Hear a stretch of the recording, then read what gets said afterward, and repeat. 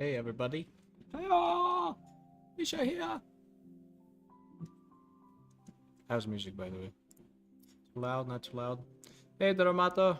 Red's fine. What up? Hey Agustin. Hey all. What's up everybody? How's sound? How's everything? How's music? Hey Julie. Hey Dasha. Hey everybody. Sounds great. Okay.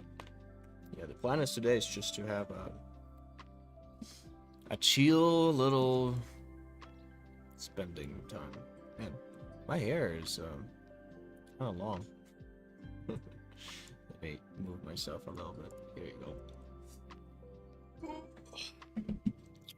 Today it's minus 14 Fahrenheit here in Wyoming. Minus 30 Celsius. It's quite cold. Ah! Even for me. And I go to cold showers every day. Okay. Okay, 1 second. I need to populate the announcements.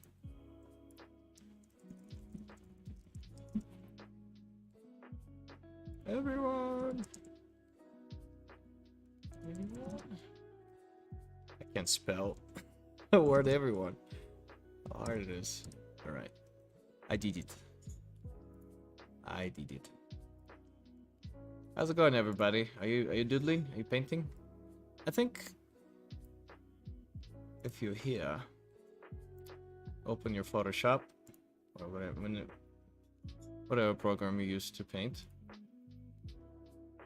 Open a new file, and let's treat this as a co-working as a co-working space.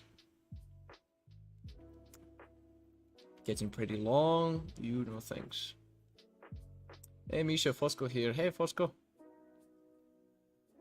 Oh, hair's getting pretty long, yeah. Where's my rub? It's alright. I'll keep them out. Oh, for Vikings, hair is I think I already told you what it is. It's a symbol of freedom. Because back in the days, I think I already told you that. Did I tell you guys that? Hey, my 70-year dog just passed away. No!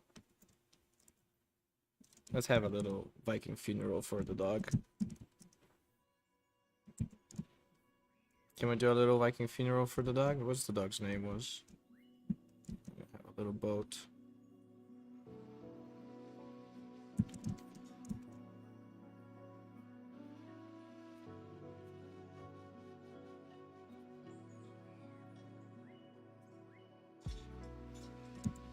And then here's our entire community. Standing. Grieving. We're gonna send it away in an epic way. Sorry, Raul, for the dog. I never had anything that old die.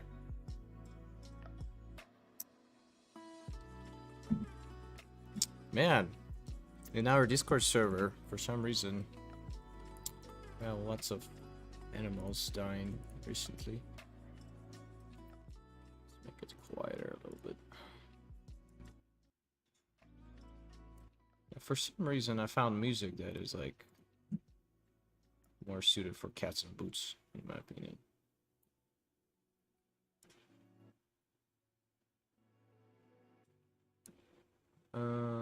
Maybe something else. Music for deep focus and concentration with binaural. You know what? Let me go to my playlist. Hey, Siroja, what's up? Anyone wants to share some cool music that we're not gonna get copyright striked for? If you want to, you can go ahead and share some links in the chat. Also, there's a few things we can do today. Number one, here's the victory plan. We'll either paint this. Technically, there's nothing to solve. It's just, I would say it's basically done, but the simple statement is there. You can just see me noodle at it. We can choose a new painting, I have a few blocked in, a few sketches. One is guts and epicness I want to see, and then the other one is initiation ritual for a young Viking. We can do that, or we can just go sketch something from scratch and then paint it. What do you guys want to do? You know what? I'll do a poll. Engage with your audience. Start a Q&A. Start a poll. Okay. Ask a question. Oh, great. It only has yes or no options. Add option. Okay. Can I? Okay. First, sketch and then paint. Finish the keyframe that is on screen. Do an initiation coloring keyframe, or do a boat battle. Okay. Ask a question. What do you wanna do? Okay, here we go. Ask community. Okay, between 1 and 35 characters. What? -3. Okay, here you go. Finish the current keyframe. Here you go. Dudes, we're so cool. Look at this. Look at this. We're having a poll. Hey Timothy, what's up, man? Hey boys. Okay, hey, people are voting. That's cool. Dog's name was Lola. Rest in peace, Lola. You'll be missed. I never knew you, but I'm pretty sure you were an awesome dog. Enjoy your free treats and awesome tours in Dog's Heaven. Let's do a second of silence for Lola. What? I'm not making fun of it. That's how I deal with trauma usually. With a little bit of humor. We're not gonna help Lola by being too sad about it, right? I'm pretty sure it was an awesome dog. 17 years is a lot. It's like 100 years. Yeah. So yeah. Alright, do initiation coloring keyframe. Alright. Most people want to do initiation with the guy. And then some people want to sketch and then paint. Alright. The tribe has spoken. My wife thinks I'm making fun of Lola, but I'm not making fun of Lola. My rat died once. It was 3 years old, and I was sad. It had rat cancer. So I'm pretty sure 17 years of a dog is... Oh, man. Alright. So we're gonna do this then. People have spoken. Let's wait for a little bit more, but... Eternal pets. Yep. Ooh. Alright. To unlock everything.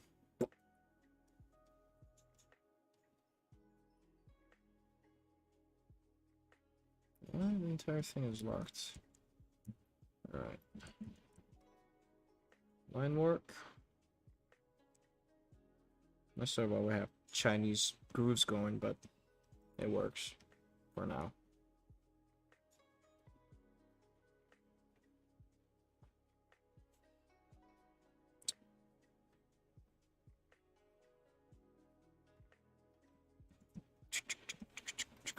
Okay, I need to make it quieter for me. Oh, you don't even hear any Chinese music. Hey, Vampirilo. Shout out to my girl Colleen. She's in class now, and I'm working. Alright. Hello, Colleen. Oh. Are we talking about Canadian Colleen? I don't know everyone by name, but If that's the only color that I know. We do now. Yep. Wherever you are, Colleen. Vampirilo is in the class. And I have no idea where you at, so. Right, what do I want to do? What do I want to do with this stuff? There's multiple ways we can approach it. Not sure why I have this kind of like green context, but for some reason, I'm super attracted to high key paintings like recently. Not sure why.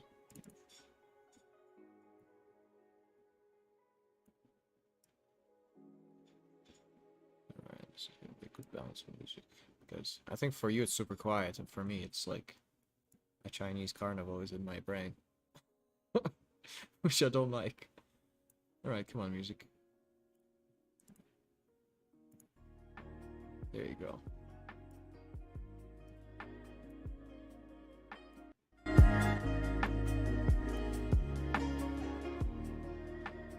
Alright, here you go. I think it's good. That's alright. I think something like that. Alright, cool. Just wanted to ask, the video here for me is going on and out. Is anyone else pushing this? No, thank you. This, thank you. Okay, yeah, it's probably your internet. Right. What do I want to do here? Sometimes when I paint a color sketch like this, I would just merge everything and make a little thumbnail out of it, just like this, and then I'll hide everything else. And before I commit to anything, I'd be like, okay, what do I want to do? And then I do a giant multiply layer on top of everything. It's probably going to be green context, right? Something like this. And then with some, this just on top, I genuinely start painting. The initial idea was that I would do like a sunset thing behind. But I'm so tired of sunsets, honestly. It works, so it's probably gonna be more of a just diffused green lighting. I think with you guys chose the hardest painting that I was dreading to do, so I guess it's good. You're pushing me. And behind is gonna be.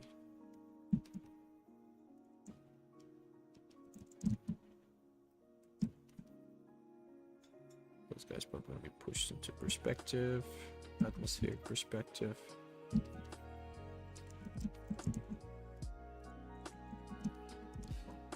The problem with high key paintings is that your value range is so, well, high and condensed. For me, it's much easier to do a bit darker value ranges. I don't like that.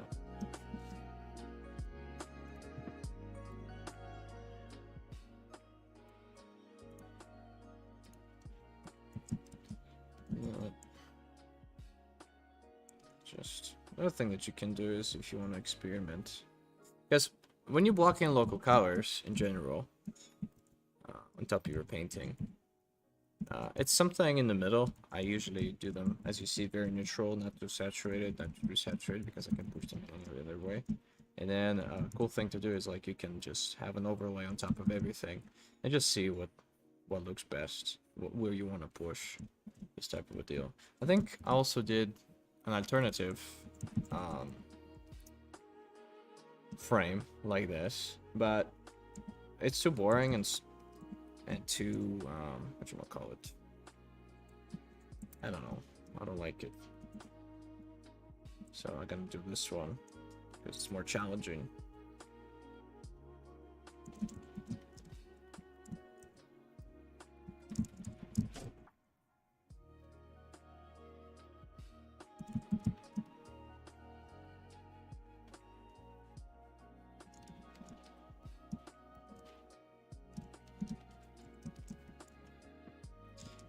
The first idea was that through little cracks in the crowd, the lighting comes through, but then my painting changed. Maybe I still can do it. This is just gonna be a test run, because people like dramatic lighting. I like dramatic lighting. So something like this. That means the back. Those guys are gonna be like this.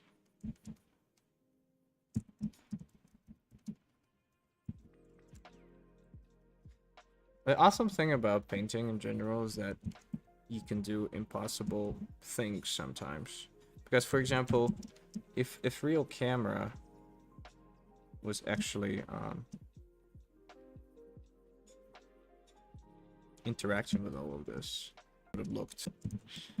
And when you paint, you can actually, what you can do is you can represent your eye almost. Because what our eye does is, if you know what exposure is, you know, who uses cameras and stuff. What our eye does is, so for example, I'm gonna show you a little something. So what our eye does is, we can either expose for darkness or for light, right? And if we expose for light, what happens is the detail.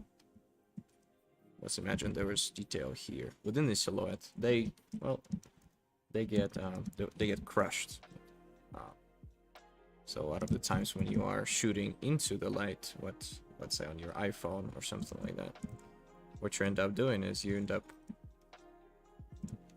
clicking on let's say on the mountain here, right? And then the background, what happens to the background? Let's see. In the background, so if I expose, let's say I have expose for shadow. Oh yeah, it's quite opposite actually. So if I expose for the light, so right here, and I try to get into this area, it might actually get a little bit darker, something like this. But if I expose for the light in the camera, what happens is, I expose for the shadow, the foreground becomes less dark and the background gets brighter. So if you get your camera right now and you would say you expose, well, actually you can expose for the screen right here and just look at the camera itself. What's gonna happen is, if you're gonna, let's say, focus on the screen of the laptop, the entire background is gonna get darker. But let's say if you're gonna try to focus on something beyond the screen, probably what's gonna happen, the screen itself, this thing, is gonna become super bright and you will not see what's going on inside of it, but whatever the background is, you'll see more of it.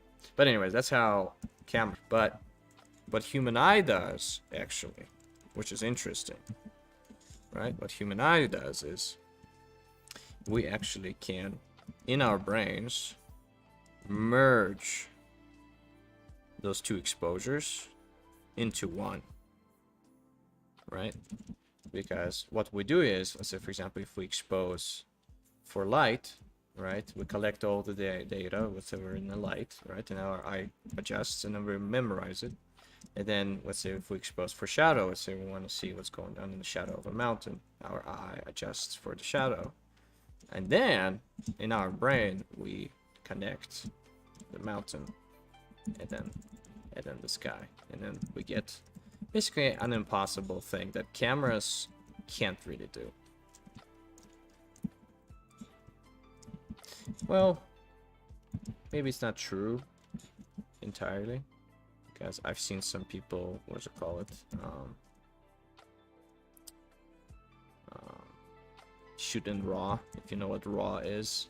I might be mistaken, maybe I'm totally messing up how this works, but that's how it works in my brain.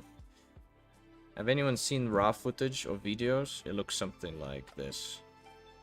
When movies are made, like, it looks gray and weird, it's because then they go into a color grading tool, and because they have lots of neutral colors, what they can do is they can take midtones, highlights, everything else, and then they can adjust it to their liking to get more control over it.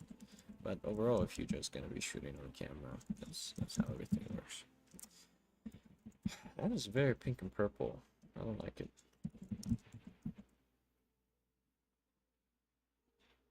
Maybe this is good.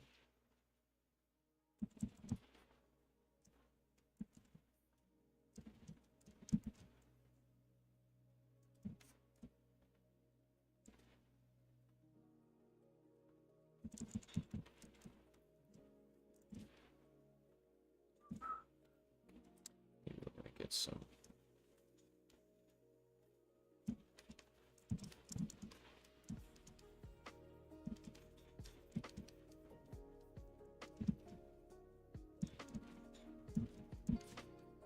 A bunch of fill lines, maybe.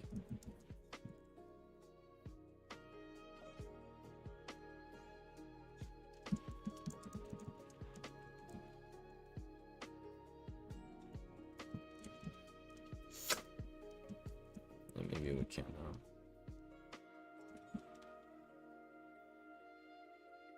some more things here.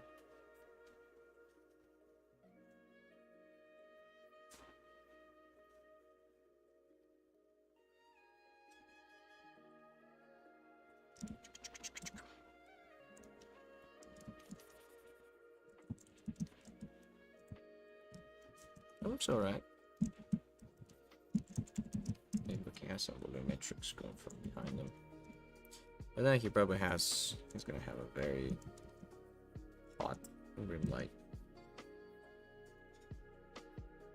And that means the body of the snake is also gonna receive a bunch of it.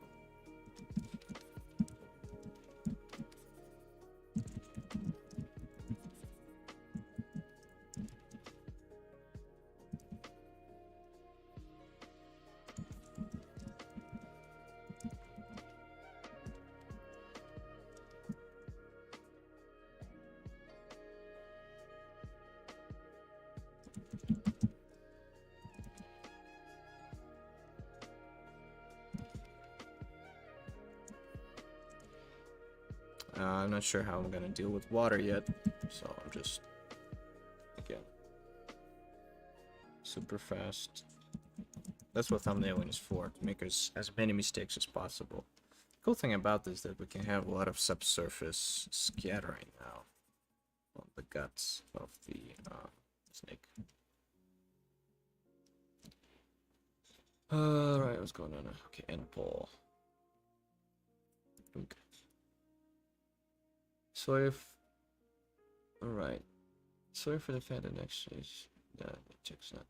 Есть вопрос, благодаря, если ответите, я правильно понимаю, что в течение времени художник будет чистить портфолио на встрече.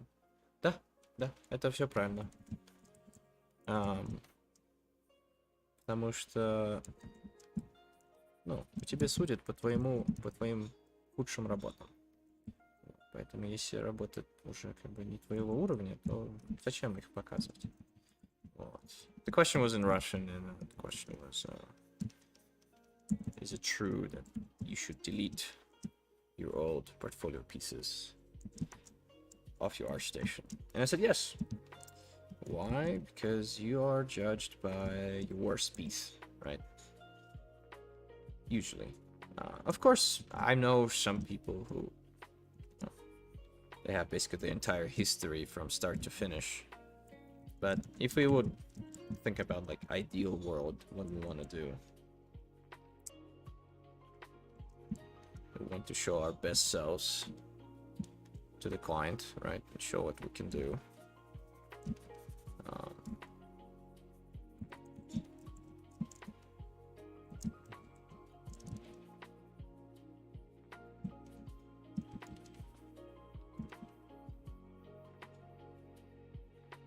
And not give them any reason to not give us a job, right?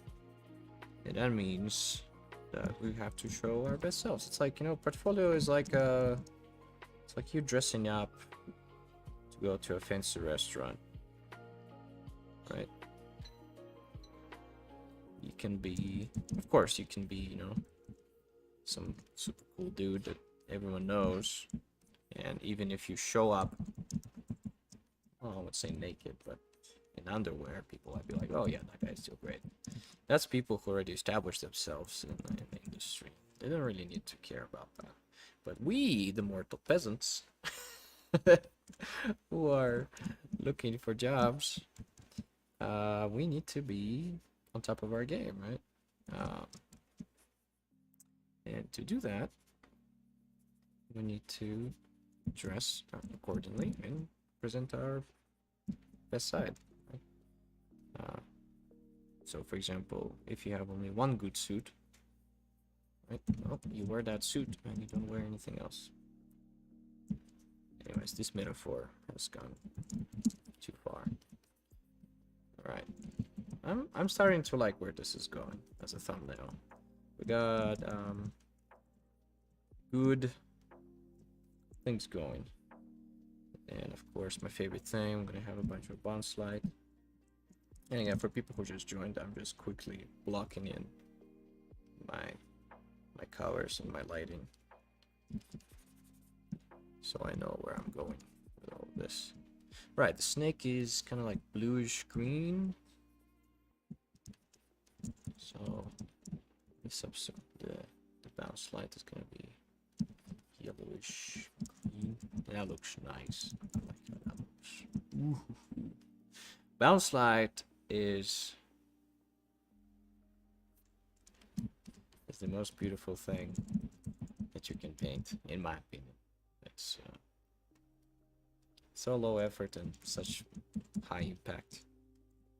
But anyways, yes, portfolios, show your best work, at least in the beginning. If you get established, honestly, I haven't updated my ArtStation in a really long time, and the only thing that I update there is usually personal work that I want to share with people, and I don't really care if it gets me more jobs or not, because, well, connections are already established and I don't need to think about it that much right now. But things might change, you know. You never know, because I know artists who are, some of them don't have jobs right now, and I know artists who have lots of jobs right now. It all depends on the season, and you know, a lot of things in the industry really depends on the economy too. Like, for example, when COVID hit, right? There were so many projects and jobs, right? Because everyone stayed inside, and there's been like this huge competition for eyeballs, basically, for people's attention, and people wanted to abuse this fact more. So to compete, they invested more and more, and people spent more money on streaming, games, and everything else. But right now, you're out of those times, and that's good. But that means companies making less money. Less money means less, let's say, advertisement. I mainly work in advertisement, right? Doing color keys. And that means that, well, less color keys needed. Is it sad? It's alright. That's why you need to have plan B, C, D, F. So if one goes away, you have backup. That's usually a rule of thumb of all the freelancers. You always need to be ready. Can I please last all this? Thank you. I didn't realize how volumetric this scene is gonna be, but I'm kind of digging it. It's very God-ray. I like it. Will there be a video on YouTube from stream? Yep. Well, everything is recorded, and yeah, it's gonna be there. Yeah, no problem. It's trash. Glad I could help. Hello, love from Uganda. In Africa, sadly, we never got to be Vikings. What do you mean you never got to be Vikings? How about this? You're a Viking now. Or at least an art Viking. What do you mean you never been? If you're here, you're already a Viking, right? Do we initiate Parus into our Viking family, guys? Can I get some ahus and yeses in the chat? So he can be part of the family? I bet any person in the Viking armor with mask helmet can be a Viking, especially if he can get some armed,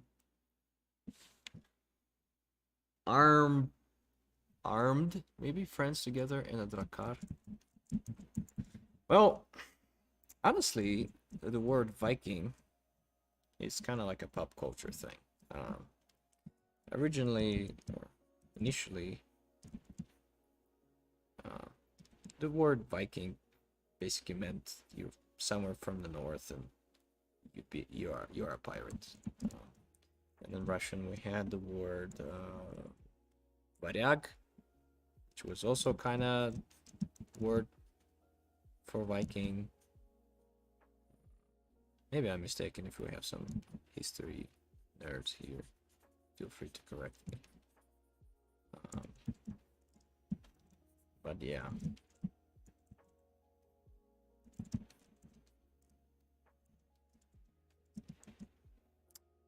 Hi Misha, lovely seeing you again. I was in the Artwa demo you did for your Gumroad. Hey, hello Surya. Nice to read you. Yeah, we're just doing some stuff, doodling. Oh, these guys probably has to be much darker. You know what? I never thought that color pink could be so epic and brutal. Proved myself wrong today. Good.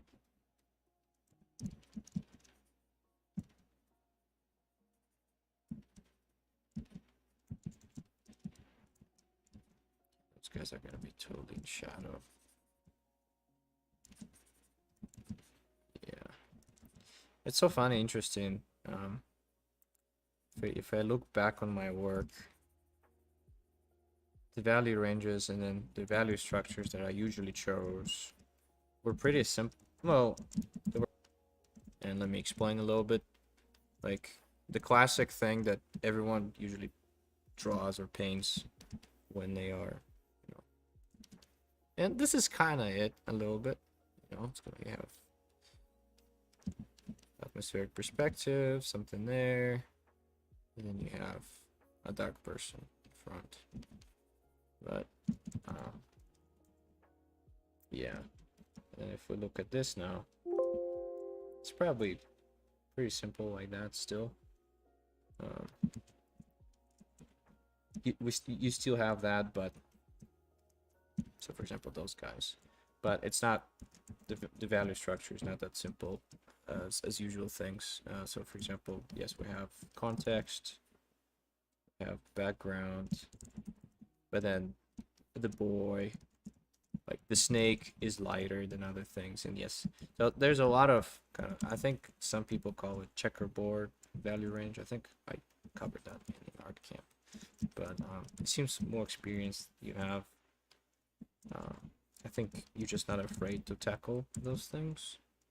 And doesn't mean that you guys should use other value ranges, because you know, if you can use something simple and it's gonna work and you don't have to overstress something, do it. But then when you have more experience, and I have a little bit more experience than some of you guys, some of you guys probably more experienced than I am. I don't know who we have here, but what happens is you get bored of the old value ranges and you're like, you know what, I want to do something different. And yeah, recently I've been thinking a lot about, you know, how many people don't have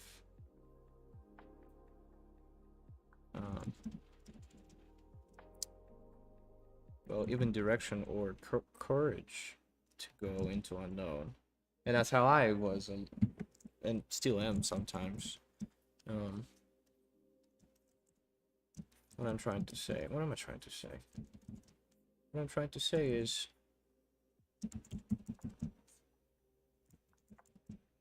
sorry, I'm concentrating on the thing.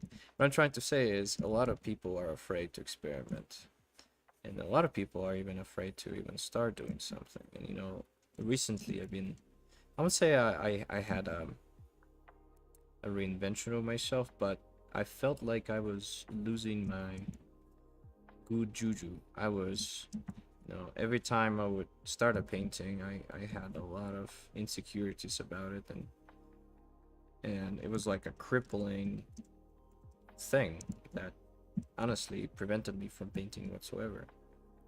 I know for some people could be stupid, like, and for me it was sometimes stupid. What do you mean you can't paint? Just sit down and paint. But it's not so simple. So yeah, I think with I wrote a little plan for myself, especially for YouTube videos and stuff. I want to talk about it, and it's so hard to, at least for me recently, or sometimes, probably recently, not all the time, just to sit down and paint, because there's so many questions that you're asking yourself, and some of them are like, why am I painting it? And then the other ones, will I ever get a job? Should I paint something else because that is more profitable? And then other voices start speaking in your head, which is you can't do it, or you're a fraud, all that stuff. And I was like, where all those thoughts are coming from? And sometimes it could be very overwhelming. And when I was thinking those thoughts, I needed somebody to talk to. And you know what? When I went on YouTube, there was no one there. So I always have to kind of dig myself out of those feelings myself by talking to myself. So probably this year's goal for me is to, be that voice for myself and for other people, so they can just sit down, paint, and then someone can say that everything's going to be okay. Here's what you need to do to succeed. Uh, yeah, because this is how my brain works, right? As artists, we are problem solvers. And my problem is, sometimes I feel uninspired or scared to do something, or uncertain that, a lot of people are worried about AI art and everything else. And sometimes you just need this voice of somebody else who just creates for the sake of creating, and then does it because it's so much fun. And then those people who you just observe them create, and you don't care what the hell they're doing, right? I have a few people in my life like that I look up to, and they're like, you know they're just creating, and whatever they're doing, you also want to do it, not because there's some kind of monetary gain, or because there's some kind of style points, or it's very, very, what you call it, there's prestige in it, but you want to do it because another person doing it, and then you observe them doing it, and they're having so much fun, and they're having a blast. And I think in nowadays, a lot of artists, they lose that. I think they really do lose that, because what do we think about 24/7? And it's all valuable things, Will I get enough money? Should I even invest into this thing? Blah blah blah blah blah. On one hand, it sucks that we need to monetize our passion, but then on the other hand, it's the best time to do that, right? But probably what I'm trying to say is, everything's gonna be okay.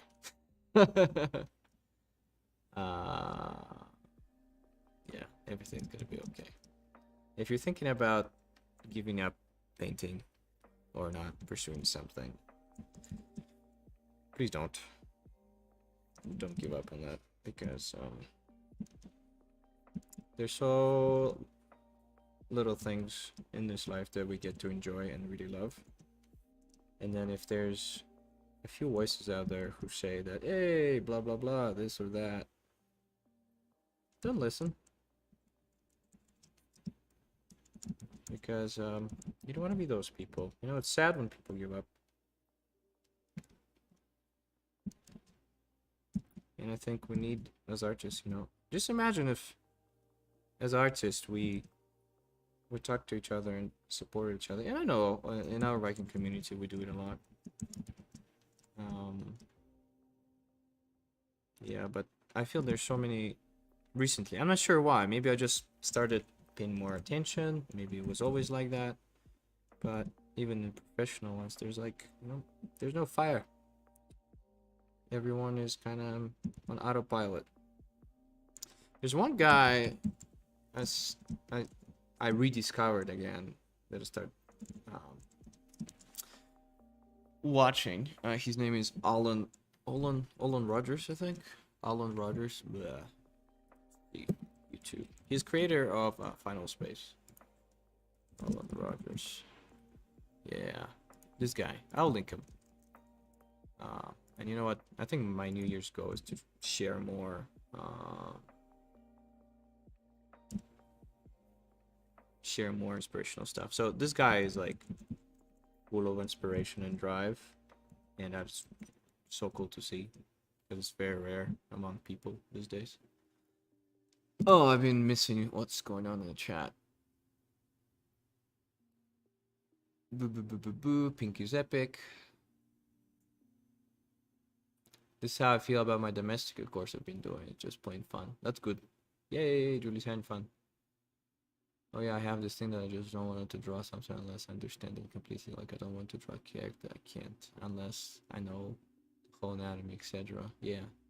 What are your thoughts on non-artists giving critique to artists? Hello Misha, miss your streams, glad to see you. Hey Kaita. Glad you're here. Surya, what do you think about non-artists giving critique to artists? I think, you know, critique could be harsh sometimes for some people. And you know, when it comes to non-art people, it again depends what the context is. Is it negative? Is it good?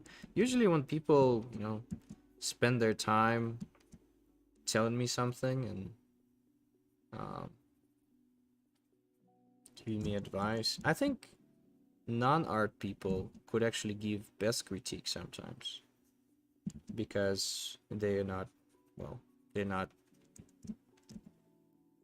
artistic, right? They don't know what's the correct way. What they do is they express their unconscious pure feeling about the piece, and maybe they express it in the with wrong words sometimes, and that's possible, right?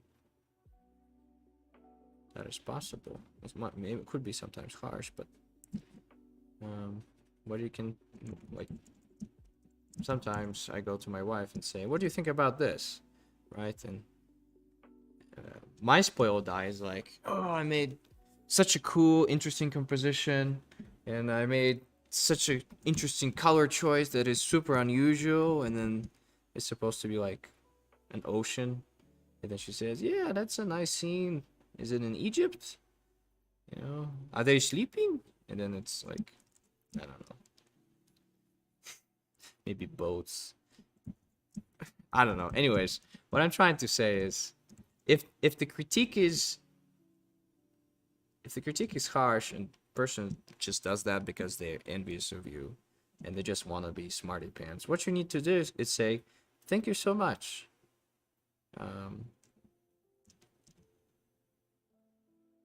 I respectfully disagree, but maybe it's valuable. Oh, whoops. Right.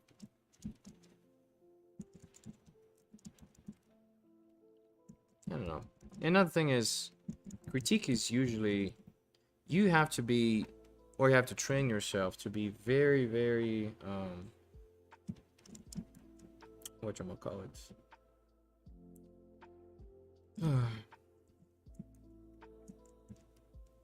what's the word in English? Confident within your art. So, because a lot of people, when they ask for a critique, they ask for validation that they're cool and that piece is awesome and really, really good. And when they don't receive that, they're like, well, you don't understand anything, right?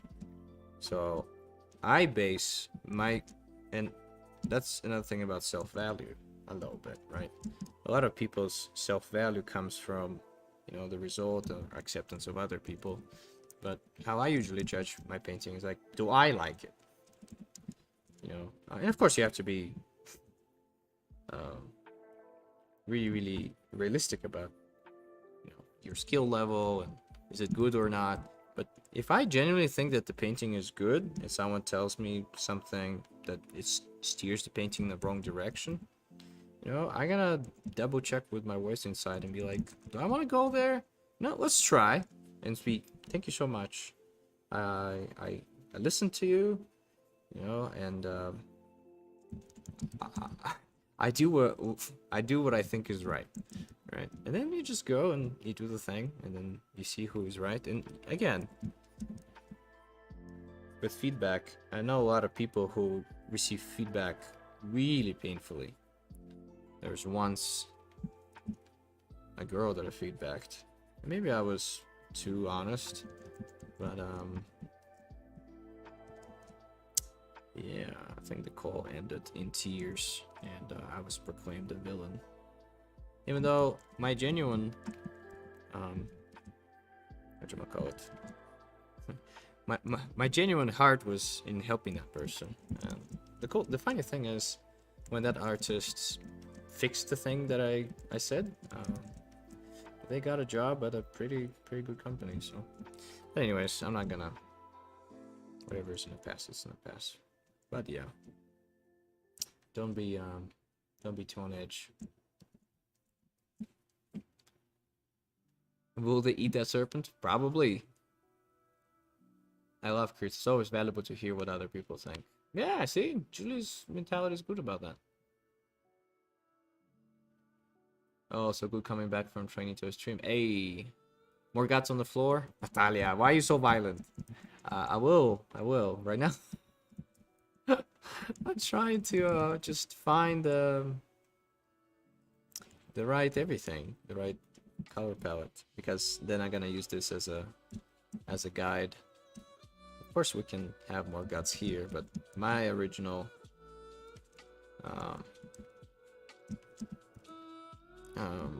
vision for this painting was that he basically becomes almost completely red from, you know, all of this. But that comes later, because I first need to establish a good value structure and color structure.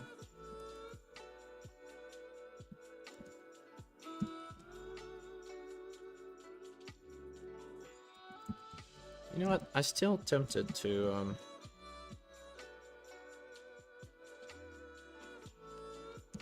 go a little bit greenish in the shadows.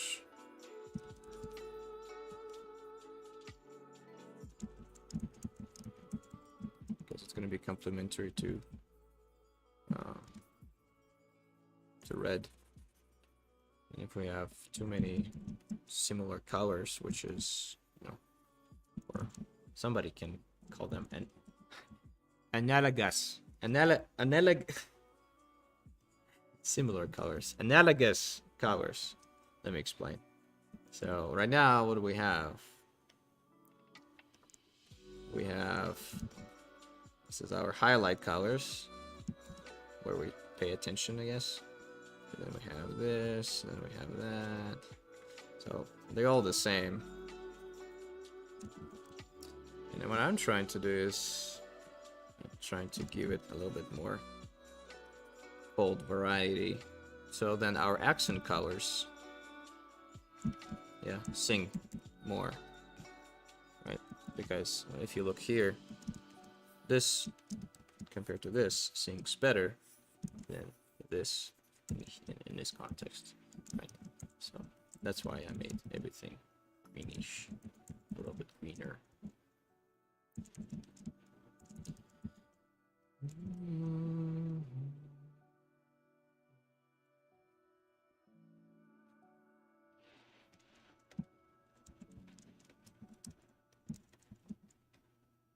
Also, we have, I'm not sure, do you guys want to have an announcement what's gonna be going on in for the month of February today? Or you wanna wait for the good news on the Discord server? What do you guys want?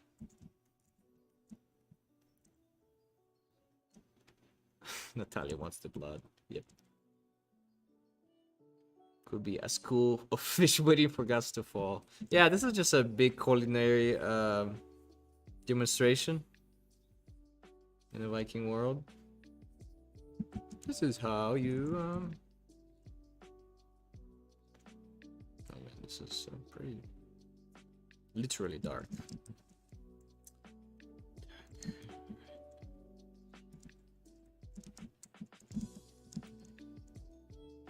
Okay, I still have the thing.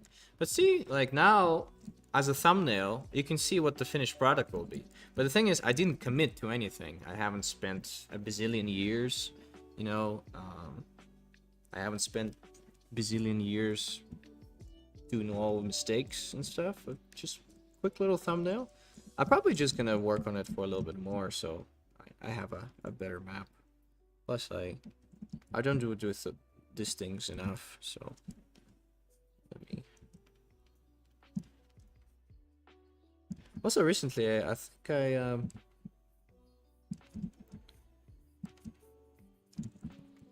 I've become a little bit more free in terms of, what was that? Was that a mouse that just went through my house? In terms of color, I started experimenting a little bit more. I'll actually show you some things I do on the side, just to unwind my brain and practice something. This is a cool exercise that I do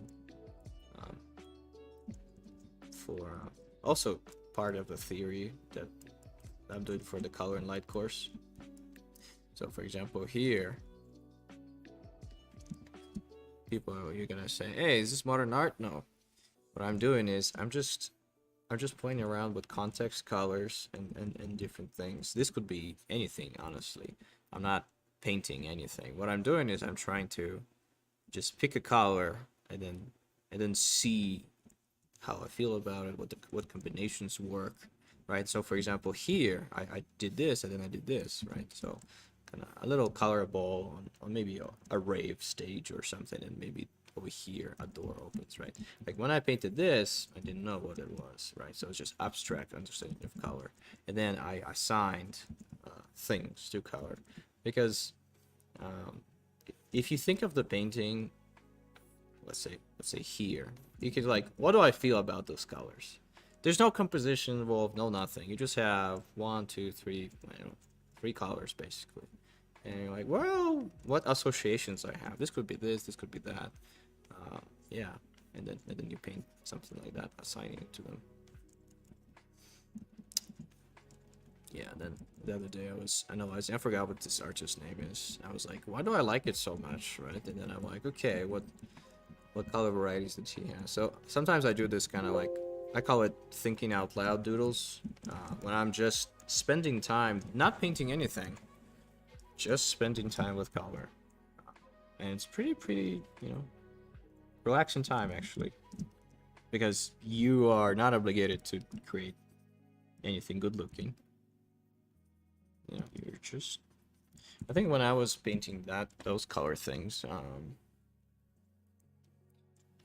oh, sorry, Vasim. I was explaining too many things, so you didn't miss anything. But and then the recording is gonna stay, so if you wanna re-experience the experience, it's gonna be there, so no worries. So yeah, what's your guys' New Year's resolution for this year? Mine is lead charge into awesomeness and epicness, and actually have as much fun as possible with my art, and then everything else is secondary. Also, I'll announce the official schedule for our activities on the server soon. Only for the month of February though, but I did prepare something special. Right, now water. You know what? We probably need to block in. Those guys' beards are gonna be reddish.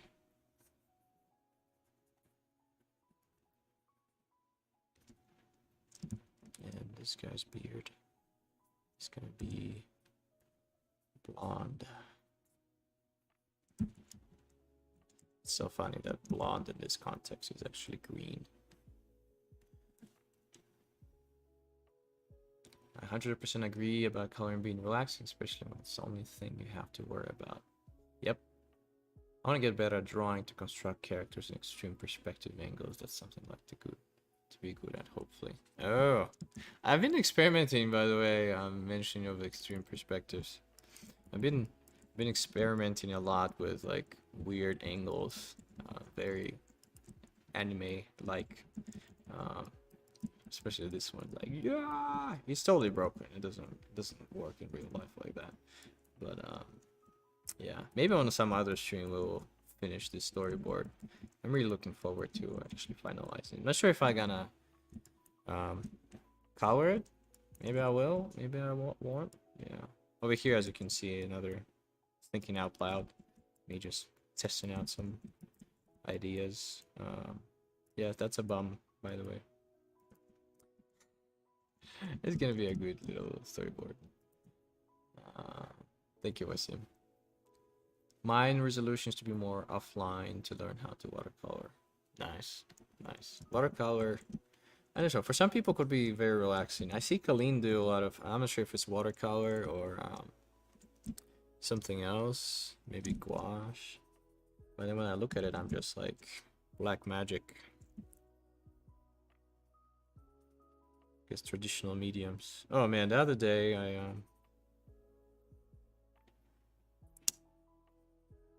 I opened heavy paint. Big mistake. And then I thought that actually something good is gonna come out of it. That's mistake number 2. Disclaimer: I open over paint and heavy paint. If no one knows what heavy paint is, I'll show you. Heavy paint is basically a program that looks like this. Let's see if you guys see it.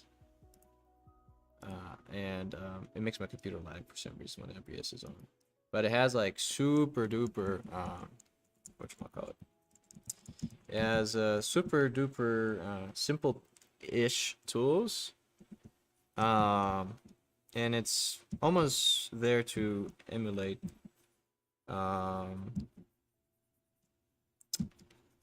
traditional medium.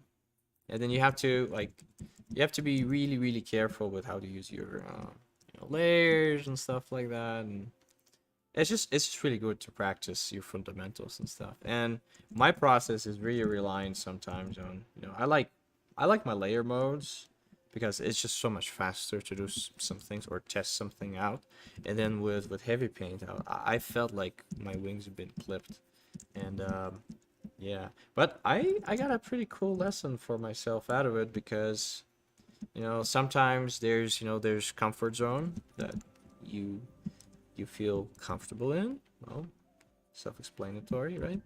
And then it's important to have a comfort zone, because every time you start something new and you just your self-esteem goes down a lot. Like, I was physically angry. Like, I was almost shaking. My wife said, "Are you okay?" I told her, like, man, I get paid for this. I'm a professional and I cannot do anything good in this program. What's going on? right? But then I thought, you know, probably a lot of traditional painters, like if they open Photoshop, yes, they can do something ish, right? But they probably feel the same. So I was like, okay. And then I went back to Painter's. I did a little sketch, and I felt a little bit better about myself. So it's good to have something that, you know, you're good at. So every time you go experiment and you're not at the same level as you are used to, it's good to then come back to something because you appreciate it more. You appreciate it more. Another secret I'm gonna reveal to you guys: no one knows that you're in your comfort zone. A lot of people look at your art and be like, "Wow, that's great. I wonder how he does it." And then in your brain, you're like, "Oh, I've done this color scheme too many times. I'm not evolving as an artist in my blah blah blah." But then for majority of people, those problems are non-existent. So we do tend to overthink lots of things as artists sometimes. Yeah. Oh wow, you're live again. Hey Ibrahim. What's up, what's up? My resolution is not to get replaced by AI. Oh boy. Alright guys, just hold on, okay? I am recording a video about AI. Okay? I am recording one. And I'm gonna tell you, you are fine.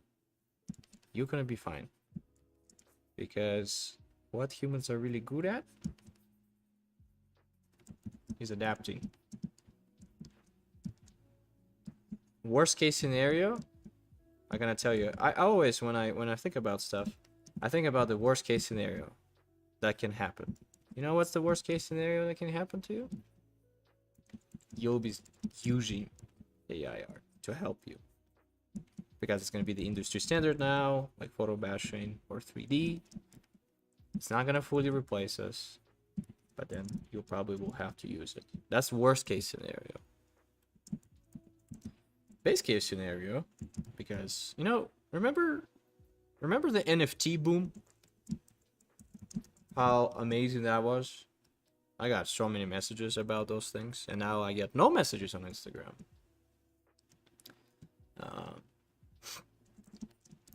Remember NFTs? Who remembers NFTs? I remember NFTs. Right? And they're like, yeah, make millions of money, blah, blah, blah. Blah, blah, blah. Same thing with Bitcoin. Yeah, some crypto bro is gonna say, well, it's gonna rise, blah, blah, blah. But I'm like, you know what? I'm just, the key is just to concentrate on what you're doing. Right? Like, for example, if AI art is gonna replace all artists in the industry, I'll figure out a way how to monetize my stuff, right? Because number one thing that you guys are afraid of is that you're not gonna get a job, right? But what's gonna happen is, well, maybe good thing is gonna happen. We're gonna find other ways. There's gonna be other ways to become a professional artist.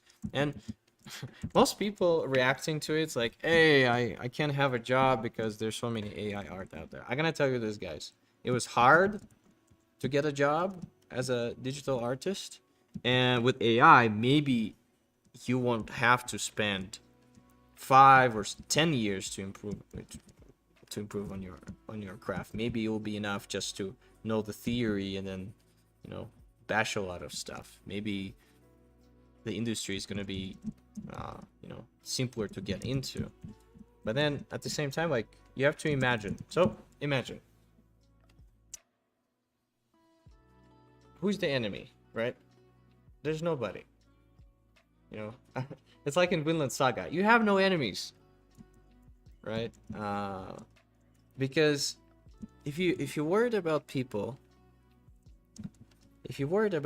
who don't love art,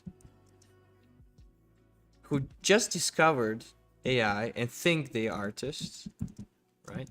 They think it's a great illusion that they're artists, because I'm gonna have a video explaining how AI works in general, and AI doesn't create anything new. It's basically a big library. I'll explain later.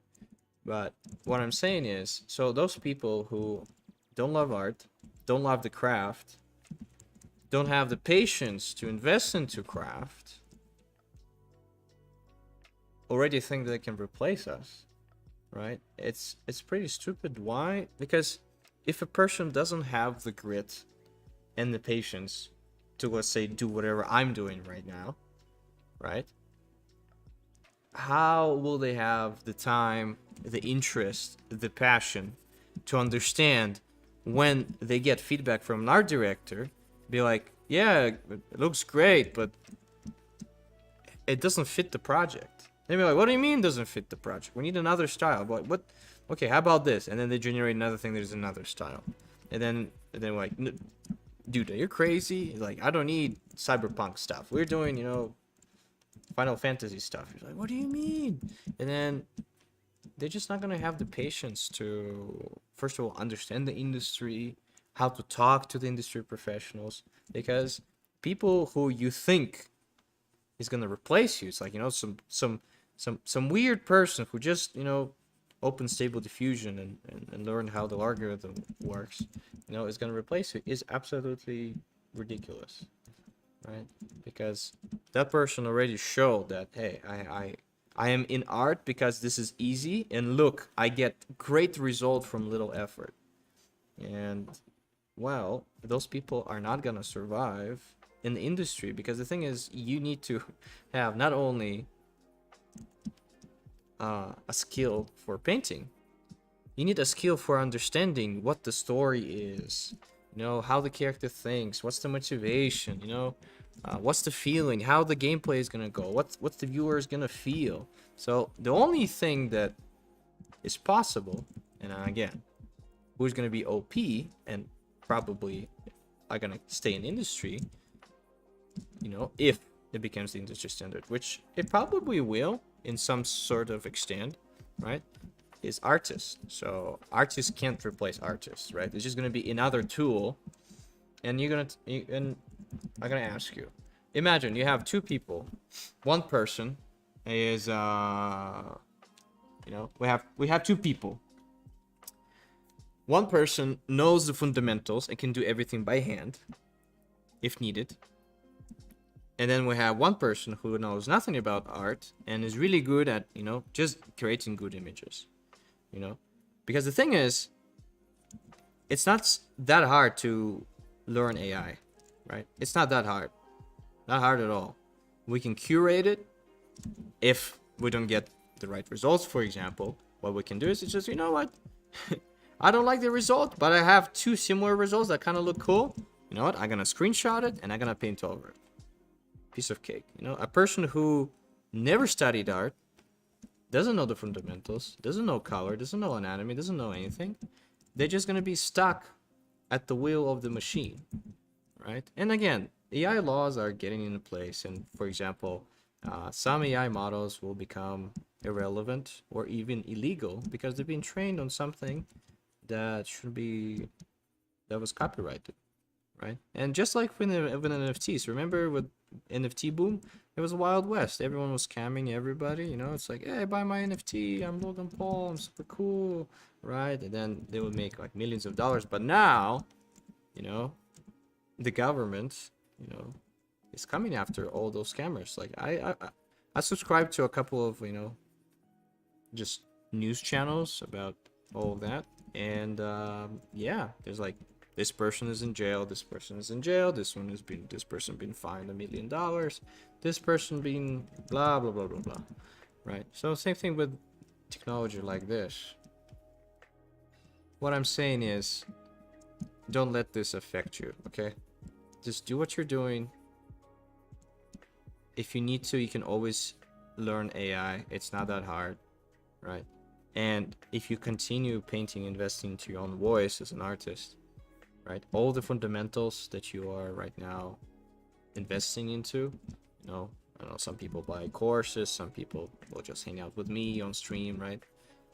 It's gonna be very important still for a really long time. And another thing is like, okay, that's one argument. I'm like, worst case scenario, we will have to use it, that's worst case scenario in my opinion. Because again, what do we have? We have, and people will just stop working for, you know, companies who, you know, just replace us completely. Because what's the point of, you know, you don't need to solve art. We go, you know, I guess my number one argument is this, you know, if some of the art is really easy to reproduce, I mean, there's going to be a lot of it. And if there's going to be a lot of it, the value of it is going to come down, right? So if you look, for example, at what is the most common thing that people generate is anime girls and faces and portraits, because that's a lot. There's a lot of it on the internet. So for example, if you're gonna right now type in my painting, try to get my painting that I'm painting right now, you might get a lot of cool things, but you're not gonna get this. You're not gonna get this composition, right? Because first of all, it's not enough to analyze this for AI. And again, I gotta record a full-blown video on this, so you guys are at ease. So, but yeah, chillax. It's no one is going to replace us. It's gonna be fine.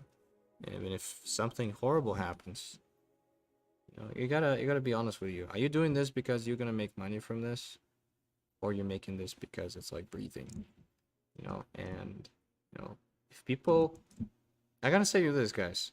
A lot of people probably already gave up, not even starting right now. And some people even probably gave up hearing this news and looking at stuff, you know, even so the people who were midway with their art career, they probably stopped. And people who wanted to start were not, I guess, very passionate about what they do, they also stopped. So what does it mean?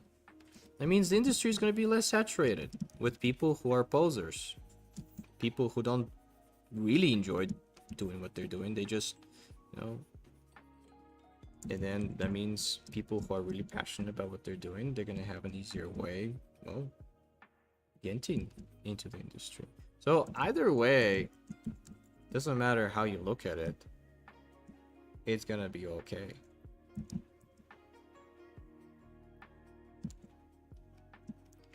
Because I think you never know if the news are good or bad at the moment. You know, you just don't know. I don't know.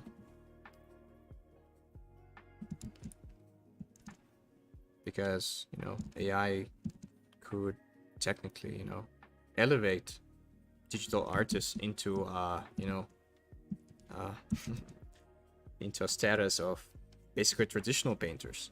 I never thought I would say that in my age, but I was thinking about concepts of like, oh, would it be cool if instead of painting, I could be just plugged into a something and I'll paint with my mind, no hands, no nothing, right? But what I'm trying to say is we probably could be elevated in terms of our art skill into people who are traditional painters now, right? And you know, traditional painters still make money from prints, from galleries, from, because there's always people who appreciate art, doesn't matter how. And yes, it's gonna be hard, probably, maybe harder a little bit to get into the industry, maybe not. It's been always hard, no matter what. So I don't think if it's gonna become 5% harder, it's gonna make a big difference, right? So either way, see, artists should have a plan B, a C, and everything else. Why? Because again, I think there's one thing that people don't understand, is that, you know, the main reason why we need to find a job is so we can continue what we're doing. Right? And there's many ways to continue doing what we're doing, right? We can, you know, find $1 million on the street, right? That's probably not very realistic, right? But what I'm saying is that, well, people can start YouTube channels. And honestly, I'm gonna tell you this, guys. I've been researching into all this YouTube shenanigans stuff. And in my opinion, if people just connect their art, and it doesn't have to be good even, and if they just learn in and outs of YouTube, for example, that's another way of how to you can monetize your, you know, your art. Because let's say this, there's a lot of AI art out there, you know. If there's too many of something, it gets devalued, right? That means AI art is kind of like, oh, everyone can, you know, people are gonna say, what, did you just put it in an AI art generator? This looks like Midjourney. What do you mean? This is not real art, you know? And people will go into like, oh yeah, this person maybe doesn't draw to the, or paint to the same level as I, you know, as this, but it's real art. People gonna, you know, follow it even more because there's less of it. So the question of monetizing our, you know, love and passion for art, because some people do really want to, you know, work for games, for example. And if you want to work for games, then, well, if the AI is the standard, you want to make games, right? So just the process itself, it fascinates you. It doesn't matter what tool you use, right? But for some people, just doing it by hand is really, really precious. So what does it mean? Well, that means you should continue doing it, you know, and then find ways to monetize it. That means the monetization way is going to change, and maybe more people are going to discover, you know, how to do it. Because right now, a lot of people think like, oh yeah, just game companies and, you know, animation companies is the only way. But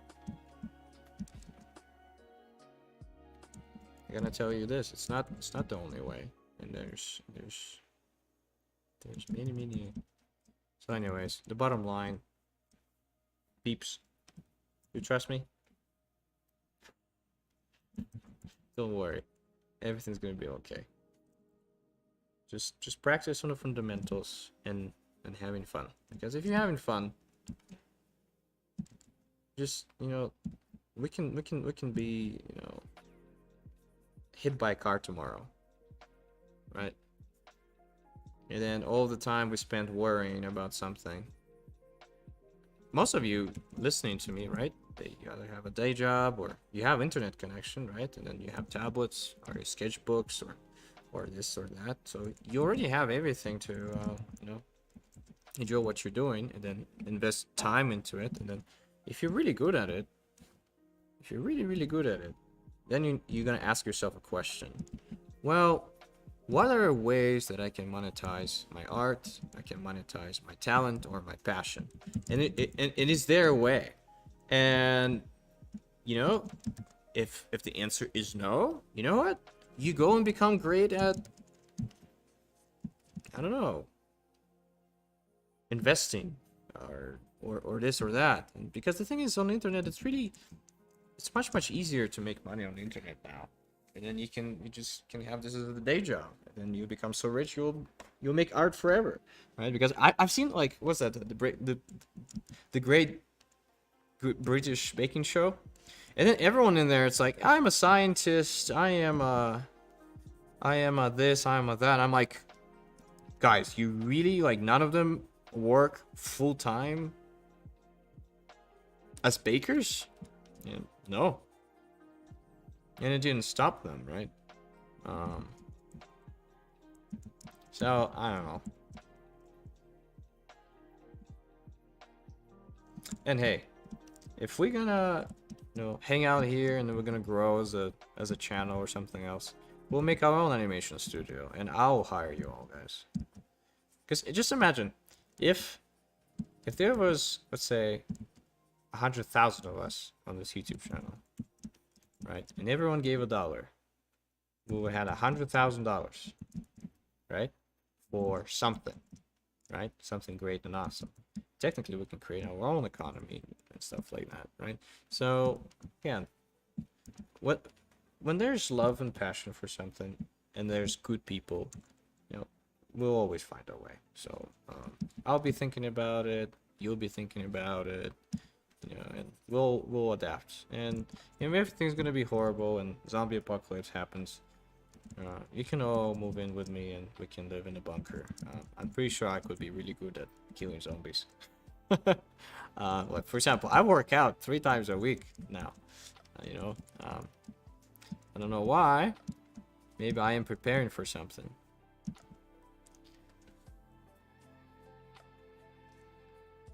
Alien pink blood, that's brutal. Yeah. Sorry, I've been missing a lot of stuff. It's quite true. I was thinking how I might devalue artists' work in the long term does affect a bit of motivation in this journey of art.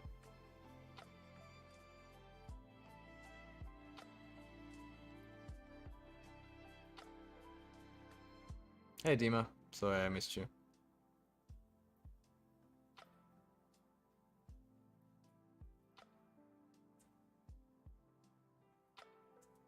We work to live, not to live to work approach. Exactly. We're discussing how to get rich. I thought our plan was to for someone to do it to the end. Find a pot of gold. Yes. We should do that.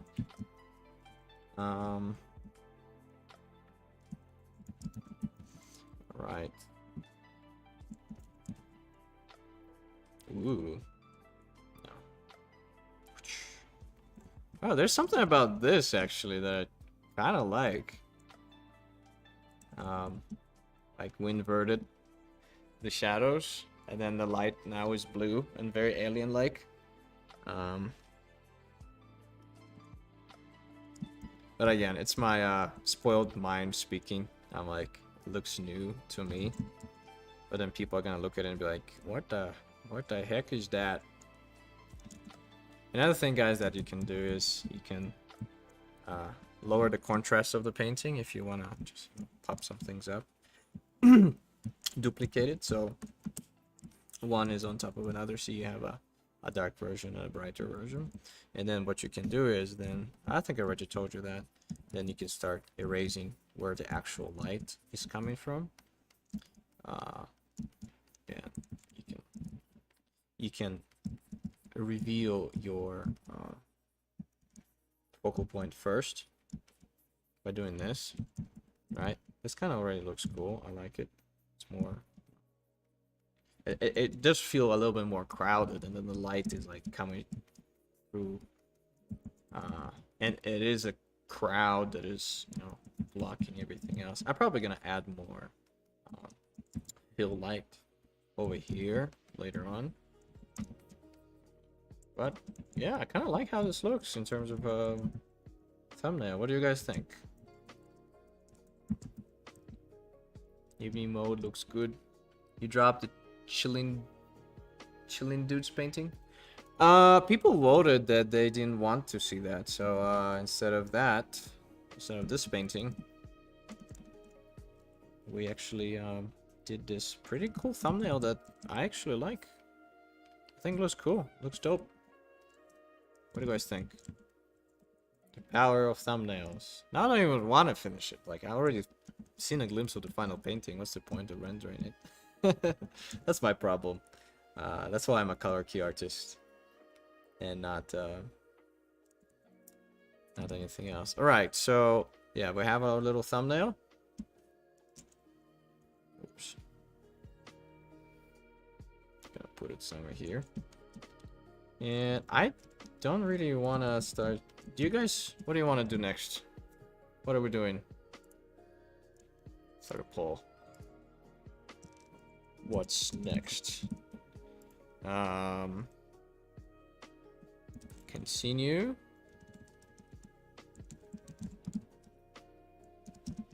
With snake. With snake doodle. Second. Go sketch. Go sketch. Something.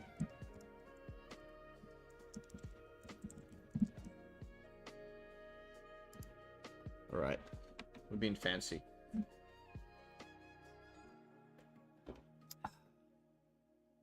Is it doable to break into the industry as a keyframe artist with rough drawings? Let me think about that. Honestly, anything is possible if you are the thing. If you are, you know, the artist to do the thing. Like, for example, my friend Toby, really cool artist. You all have seen him talk on this channel. Honestly, all he does is like rough paintings and rough drawings. But then sometimes he cleans them up a lot. But honestly, yeah, keyframe art, it is possible. Anything is possible, dude. Just gotta, you know, understand what value you bring to the production. All right. Let's do the flying guts in the boat thingy. We can. But I don't want to. Sorry, Natash. Alright. I think people have spoken. Oh. The chat is going. Continue with Snake Doodle. Yeah, my official waters boat battle scene. Okay. Right, it's 35-65. Hey guys, I'm just a doodler. The stream is in your hands. But it's part of the snake story. Whoa, continue with Snake Doodle, 39%. I don't think we have enough people here to how many people voted? 19 votes. There's 40 people here. If you guys want to be Team Julie and Natasha, he still can tip the scale while I eat these nuts. I hope we don't get banned. Those are actually nuts. What is it called? What are those nuts called? What is that? What's the best place to grow networking for an artist? DMs. Honestly, anything. Anything that has human interactions. Anything can lead to a potential job.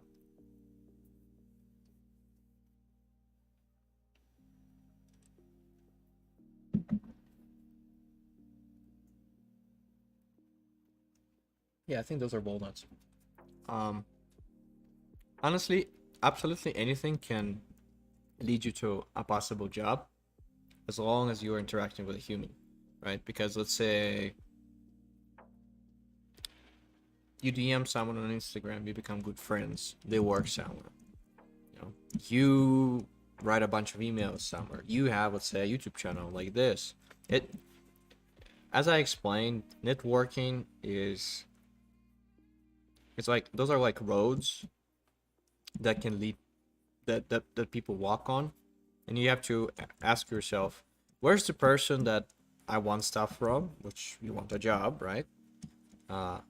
Exists, you know, or lurks, and if they, you know, everyone has an Instagram, so why not post on Instagram? A lot of people have YouTube channels. Why not post some speed paints on a YouTube channel? Or some video on this or that topic that might attract this person or that person, right? Why not do a LinkedIn, for example, right? Because lots of people use LinkedIn channels. So the general rule of thumb is you need to have all the social medias, and you have to think like a hunter. Where can I be seen, right? For example, there's a, let's say there's a challenge, a Blizzard challenge for Hearthstone, right?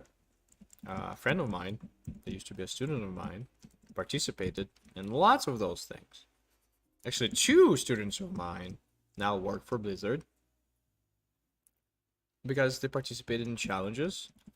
They analyzed where the people lurk, and then, you know, when they won first place or second, third place 2 times in a row in some kind of like a Blizzard challenge, you know, I'm pretty sure Blizzard noticed, because they do kind of, you know, they support some of those things, and you know, the recruiters sometimes are like, you know what, where can I find a new, you know, artist for this thing? And they'd be like, okay, I'm gonna look into who finished the latest Blizzard challenge the best. for example. Right, and you're like, oh, okay, cool. So there's no obvious answer what's the best thing out there, um, in terms of social media or the best place. I'm gonna tell you one trick. You need to expand on your network. What you need to do is you need to know a guy, let's say like me. I have, say, 10 to 15 connections with people who are high up in the, let's say, in the industry. And those other 10 to 15 people have another 10 to 15 connections. Some of them are the same as mine. So that's how networking works. So for example, if you're out of a job or you need some advice, you ask this guy, and then that guy knows a guy, and you say, hey, do you know anything about this or that? And they'd be like, yeah, sure. I'm gonna ask this guy, but I know this guy. See, so invest your time not into social media, not into subscribers, which could be helpful sometimes. It's nice that we have like 30, 40 people here. It feels nice that people care and watch, right? But in the long run, subscribers, unless you earn like millions or thousands of thousands, don't really matter in the industry that much. And if you have 1 million subscribers, honestly, you don't need to work for a company. You can just launch your own book or a product or anything like that to sell to them. So yeah, I would say conventions, people who are high up in the industry so they can give you advice. Other people like you who might know another, like for example, this is how my personal gang of people got jobs. One person out of my entire group got a job at CBN, Christian Broadcasting Network. Remember Joe Spadafort, who did a lecture here on the channel? That guy, and he hired my good friend. His name is Justin. And one of those days, their color key artist basically quit to work for Disney, I think. And he got me on board, and after me, or before me, he got another friend of mine named Orion on board. And then we all started working for the same company, full time. Yeah, and it's just one person out of the entire gang got the job, right? So that's why I say, know your pack, know your people, because if you have people like that watching your back, when the opportunity comes, they'll be like, hey, I have the guy or the girl, gotta be inclusive here, for you, right?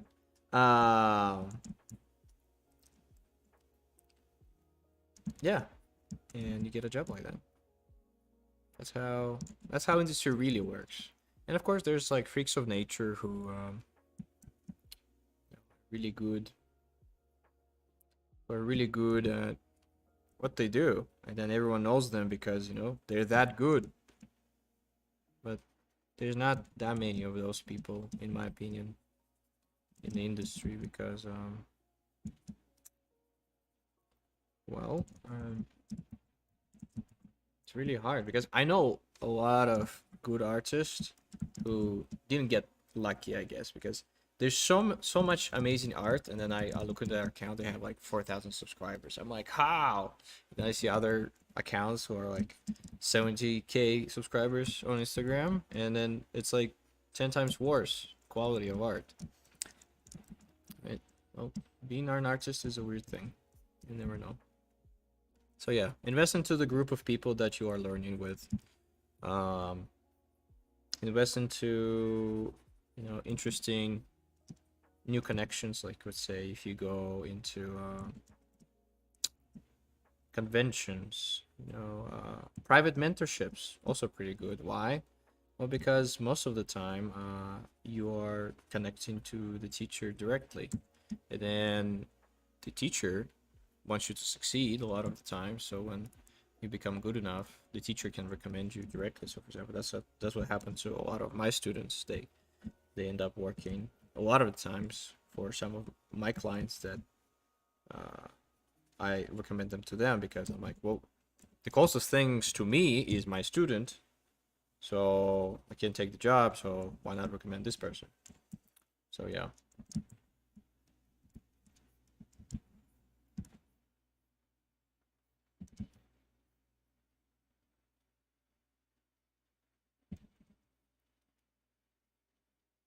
Or there's those like, you know those treasure hunts of some like super old people? Like the other day somewhere in Wyoming, they found like a treasure chest full of millions and millions of dollars inside of it in value. There's a few riddles around the world like that. Maybe we can just, solve that as a community and then just self-finance ourselves to the grave. There's not a whole lot of people on the Discord server. I get if we all get like a, $1,500 a month to $2,000 a month till death. That'll be enough for me to paint. It'll be a little bit tight, but it's fine.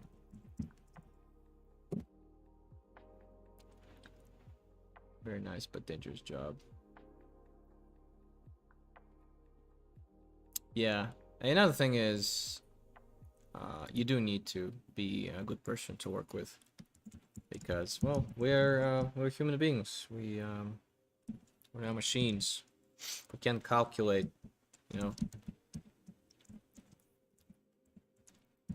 what's what's the ideal output and everything else. And maybe at some point the AI will calculate how much art we actually produce, and there will be stats.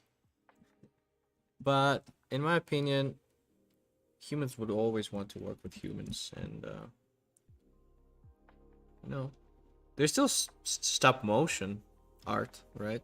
Projects. Let's say Del Toro stop motion thing. There's still Leica studios. Yes, those are not very profitable, but those projects still exist.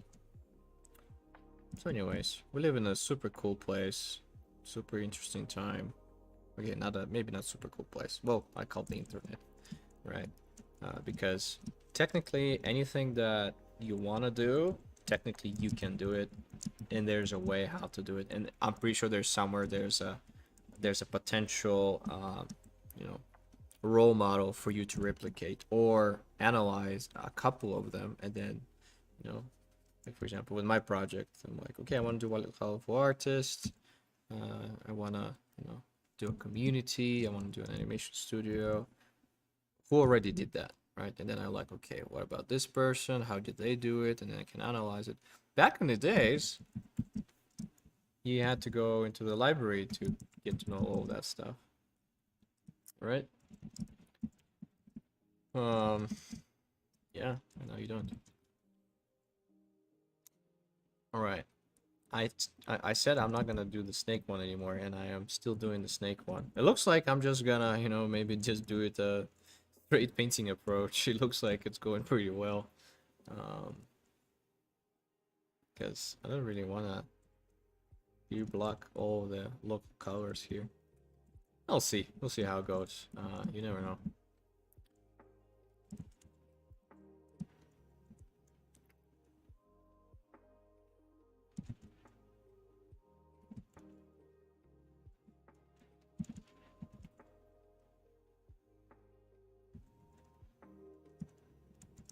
But I like how it's turning out. Alright, sketching time. Because we have like, what? 20 minutes left. I want to do like 2 hours of stream. I think that's a good time. 2 hours per stream. Am I offering mentorships right now? Right now at the moment, no. I am doing for the next 2 months just Valhalla stuff, because I'm gonna tell you this: you don't need a mentorship for the few next months, because, well, I'm gonna be streaming a lot and we'll be doing the challenges together. So it's basically like me being a big mentor for everybody. So, and then maybe in like 2.5 months. I do offer them occasionally, so if anyone is interested, just DM me on Instagram and be like, hey, do you do it? I really need it. And usually I don't, like, mentorship for me is not a business. Because for a lot of people or professional artists, mentorship is a business, and I don't like that because they take absolutely everybody because they pay them money. And I don't take everybody. I take people that I think I can help, and I think I'm the right person for them. And if I'm not the right person, and I don't think like if I'm not involved emotionally in there, you know, I want them to succeed. Usually I mentor, you know, people who, like a lot of people who went through my color and light course, but it's in Russian. Two Ukrainian girls actually. They bought my mentorship, but I was already invested into them. Like, all right, let's see what we can do one-on-one. But again, it's not necessary. You guys just participate in streams and everything else. Like I interact with you guys. I can answer a lot of things right here. Because we are trying as a community to make, you know, the industry easier to get into and not to be paid to win, right? And I think it's, in the recent years, it's the most not pay to win there is, because there's so many free resources and stuff to do. All right, nothing is changing for the last few minutes on this painting, so that means it's time to stop on this little color key, and it's time to sketch.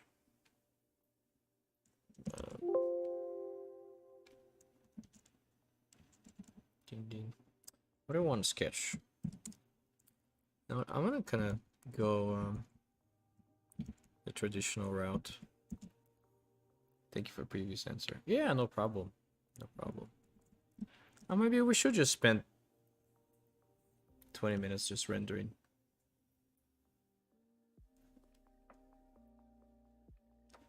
Boy and a snake. Let's put you here. Color key.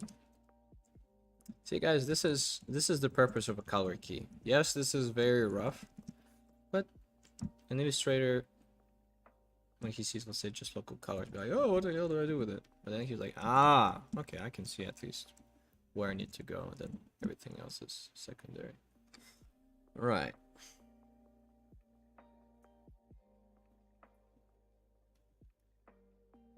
All right. To please everybody, maybe I'll do a little bit of sketching, because I do miss sketching a lot. I've been sketching a lot of in traditional mediums lately, and it's so much fun. What kind of challenge you will be doing for the Valhalla community in the short term? I'd love to join. All right. Okay. Reveal challenge right now.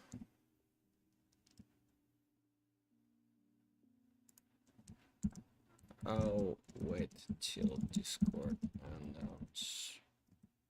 announcement. I want that announcement now. All right.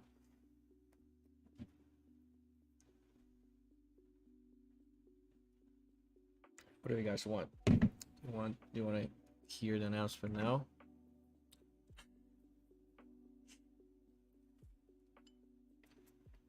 Oh, I'll sketch a little bit.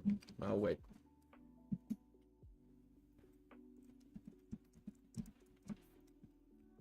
What do I wanna?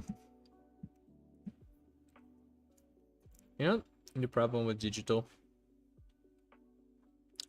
is that we have Control Z. I think Control Z is evil, because when you have Control Z, you're not committing to your brush strokes. So as you can see now, I have my left arm on my shoulder to simulate, you know, real pencil, I guess. That's how I actually draw or sketch.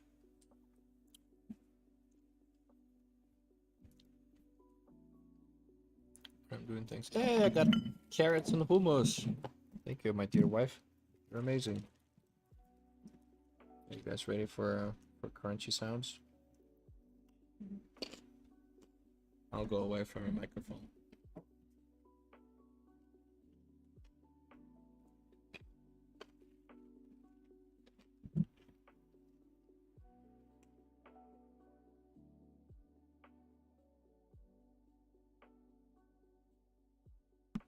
I played Valheim? Oh yeah. Oh no. No. Right. There's a workaround around it.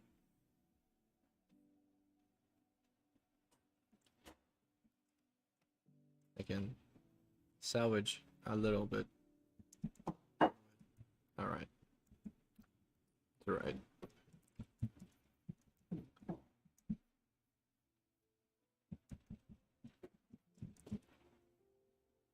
Looks like people have spoken. 85%.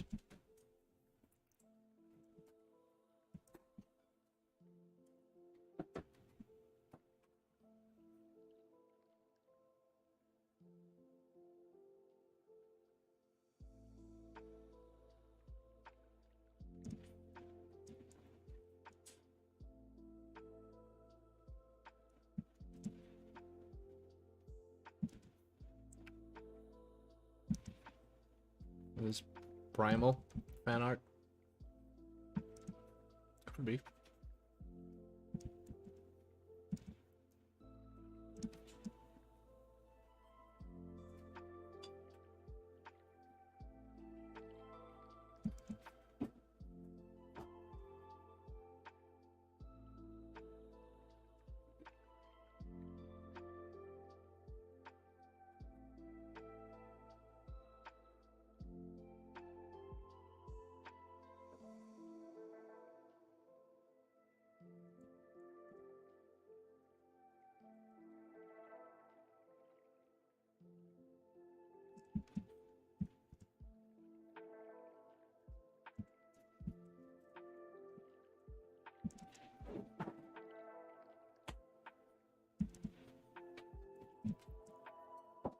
Right, so we're announcing it then.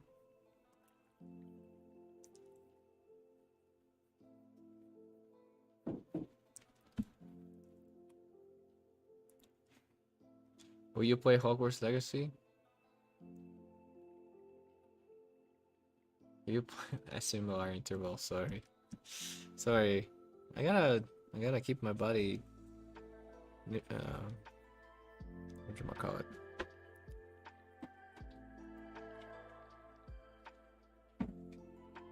I just gotta keep my body. End of sentence. I'm not gonna finish that sentence.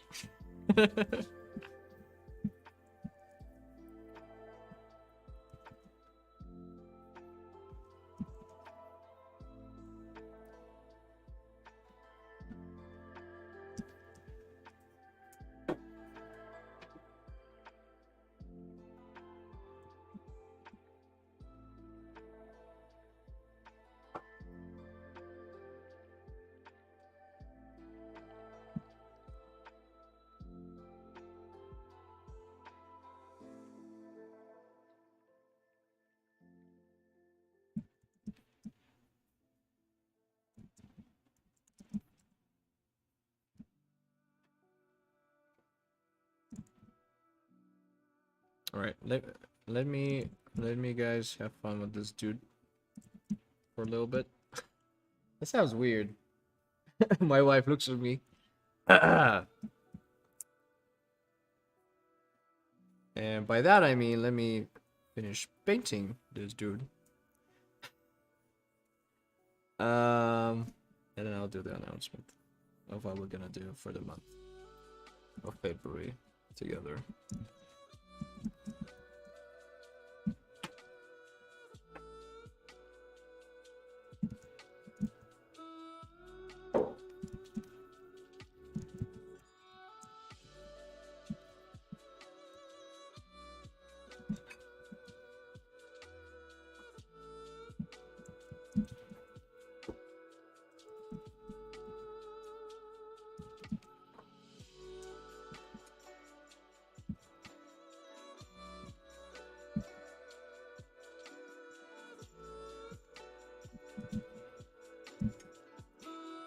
Isn't that funny when you just add occlusions and stuff? It already looks pretty good. Alright, doesn't look good, but you know what I mean.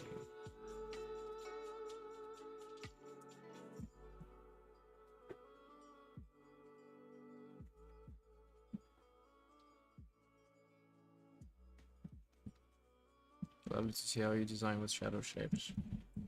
Thank you.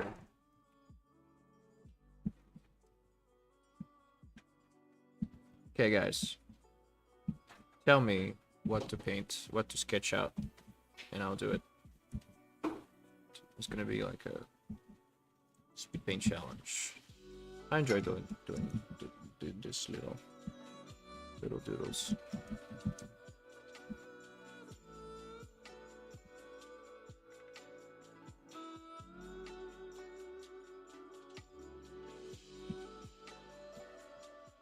Because I'm gonna be finished with this guy pretty soon. I'm not gonna, just gonna practice.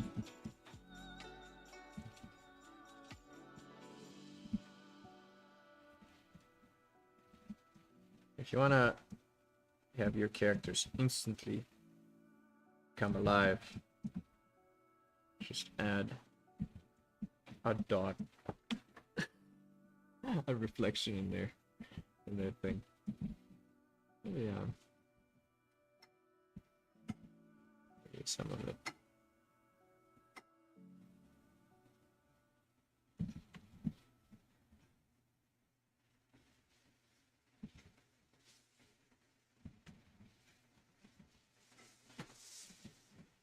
Anyways, alright, what should we do? Viking steak meal. Natasha, were you trained by a master randomizer? Every time I hear an idea from you, it's like something that I almost never heard before.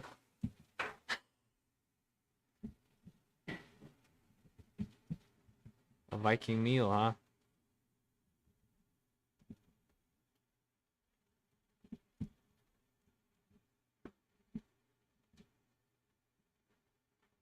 Heck, it's connected then. Nah, I don't want to do Viking meal. Vikings taking the siege of a castle. Vikings take, yeah, Vikings taking the siege of a castle. In terms of character, I kind of feel like character today. Some characters. Throw some character ideas at me.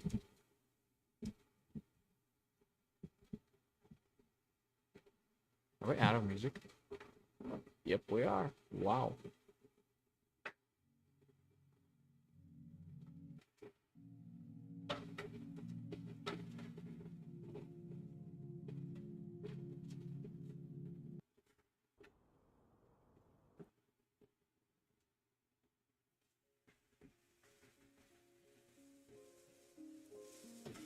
Here we go. Spend some time in digital marketing. I'm trying to generate stuff. Large female Viking rowing a comically tiny boat in a swamp at night on a full moon with crocodiles stuck in it. Under the water, a cactus monk. Just another way to Vikings different setting. Sure. Goblin sniper. Cactus monk. You know what? I want to do a cactus monk. Hey, Nicola. Let's do a cactus monk.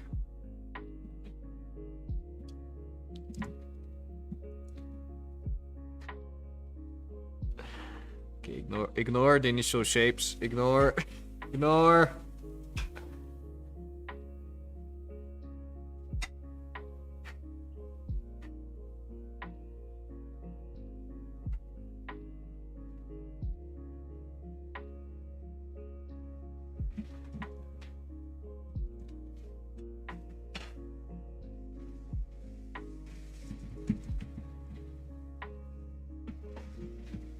Spiky boy.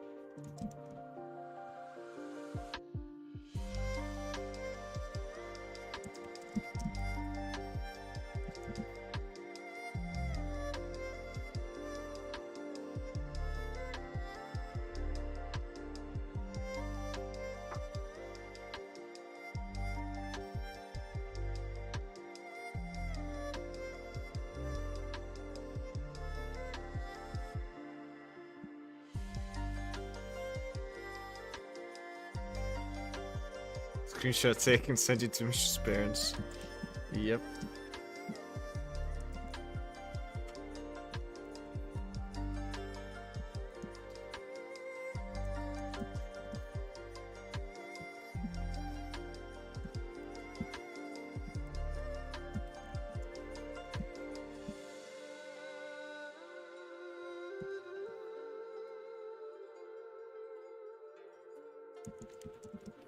It's not really a cactus monk, but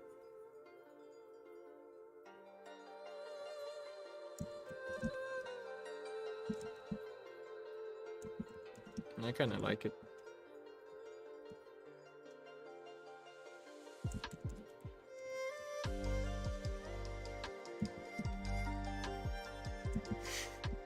Most people are like, oh my god! He painted something but Vikings!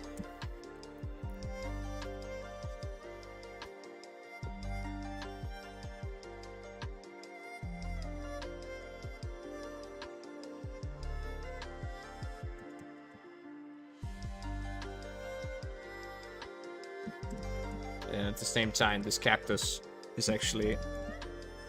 You know what he's doing? He's shooting. Like every time, like...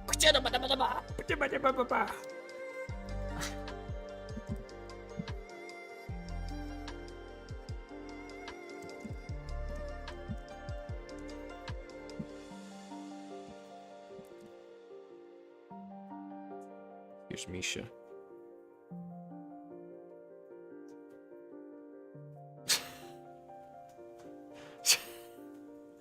Just with a bunch of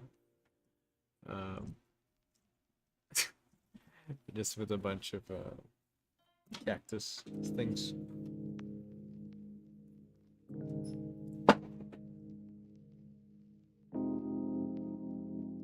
don't want to draw a character today, and then proceeds to draw a perfect D&D character that somebody wants to play now.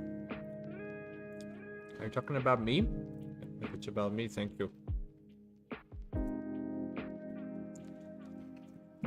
I'll play the D&D character. What should we call this?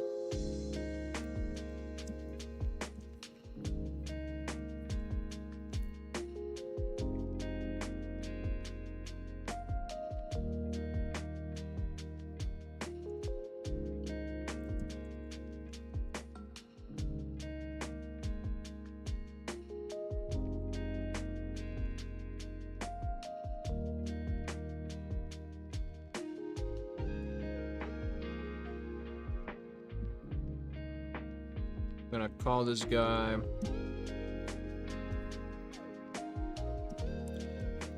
Right, what else was in the sketch list thing? Like parasite, but make the woman rowing a crocodile like it's a boat.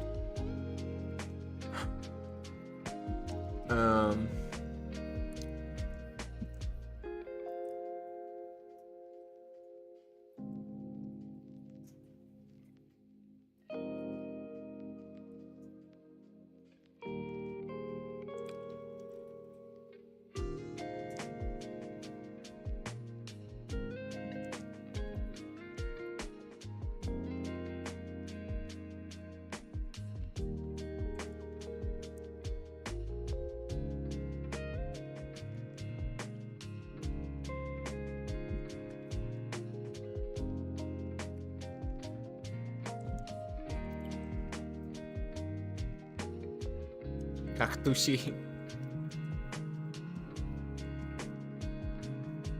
For a really long time I wanted to do a burrito warrior and a 30-minute death challenge, but I didn't do it. But you know what? You know what we need? You know those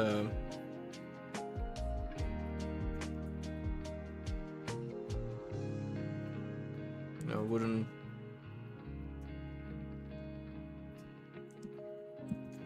wooden Chinese shoes.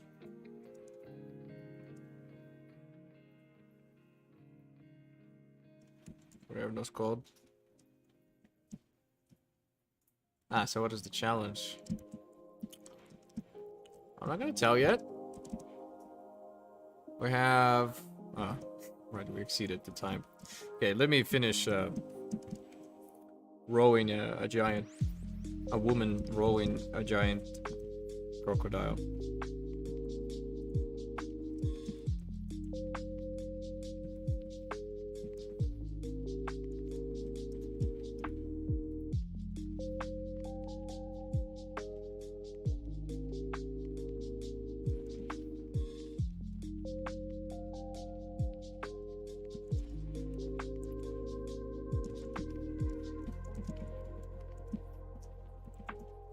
And then he's gonna be using the tail as a, you know, as a propeller.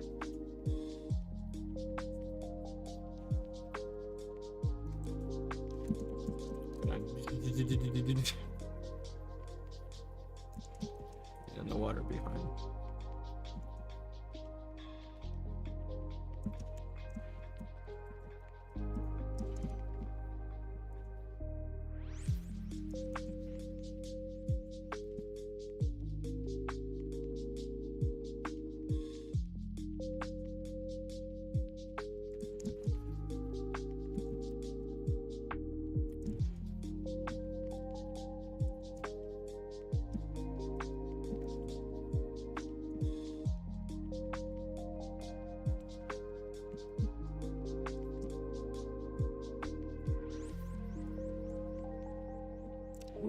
Good.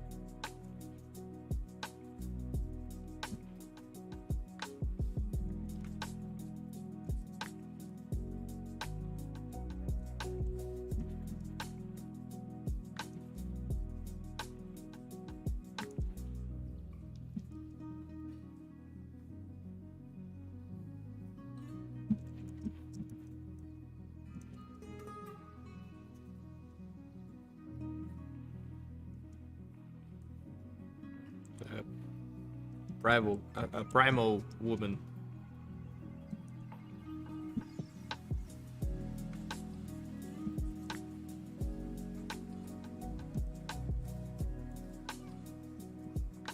That doesn't look good.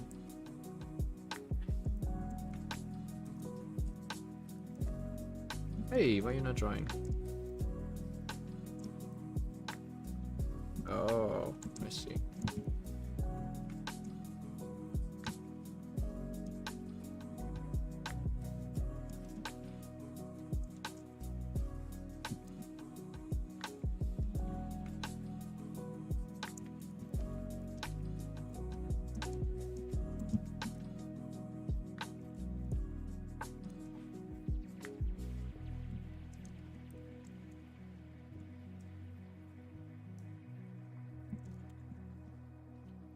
Okay, but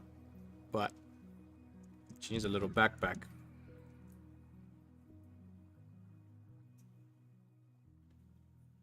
There's a little baby in the backpack. And then here, she needs to have more Ooga Boogas. Little Ooga Boogas.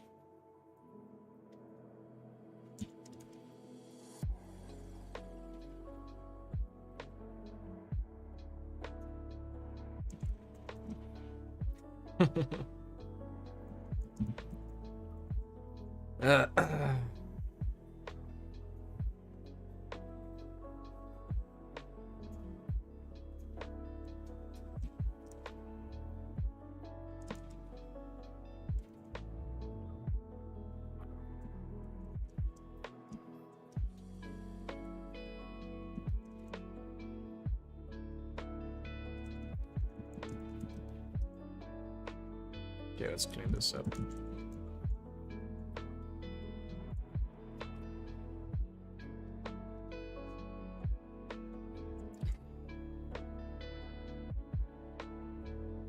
No, the prompt was a giant woman rowing a tiny crocodile like a boat. Too late. I already like my idea better.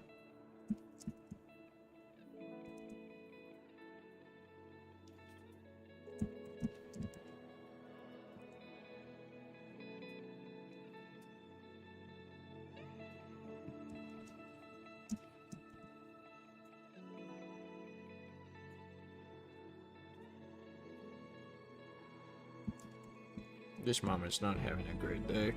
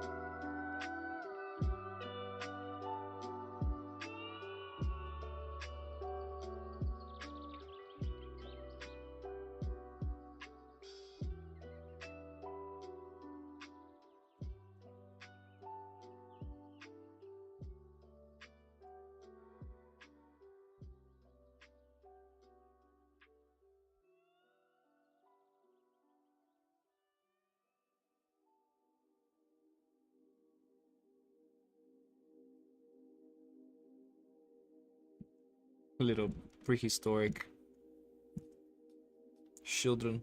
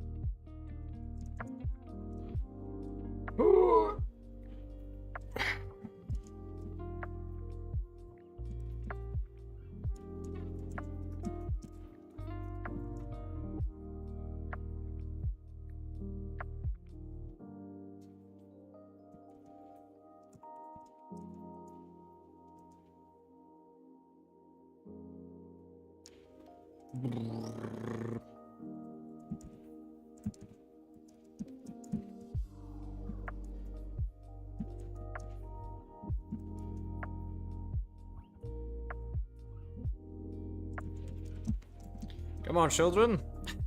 You don't want to mess with her ooga booga looking going for a casual evening stroll. Yep, especially if you're a crocodile. Yep, or crocodile. Alright. I think we did great little things. You know, maybe next session should be just sketching stuff or something like that. I quite enjoying doing that. I've been doing a lot more traditional stuff.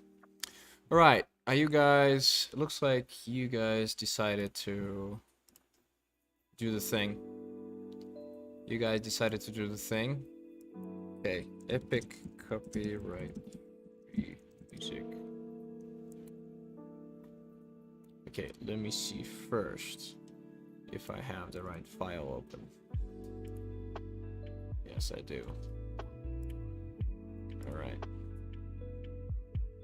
Just need to do something. Oh, it don't show. Alright. Alright, Viking music. Fantasy. Copyright free music. Is that it?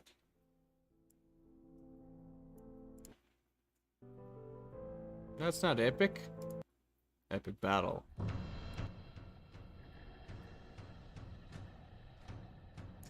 That's better. Okay. Is music loud enough? Are you ready for this, guys? Okay, it's not as good. Okay, 1 second.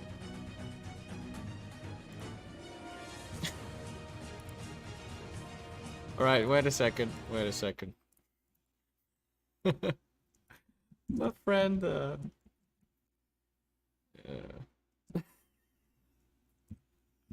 my god.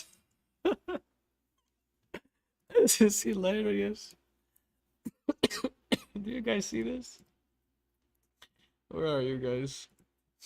I need to find the chat. Do you guys see this? A friend of mine did a paint over. Oh. For the snake painting. Thanks, Sidosh. I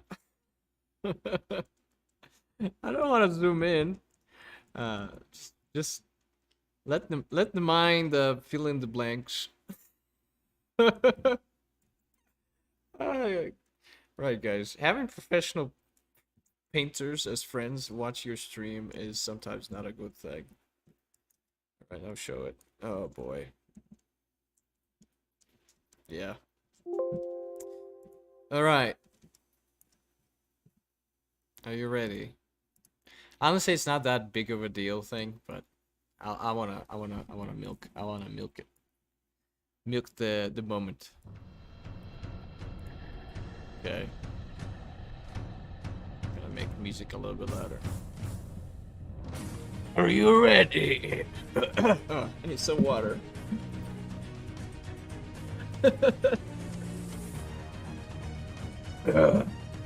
Are you ready for the new challenge on this Discord server? For 1 month! For 1 entire month! Okay, too loud. Okay. You ready? 3, 2, 1. Oh!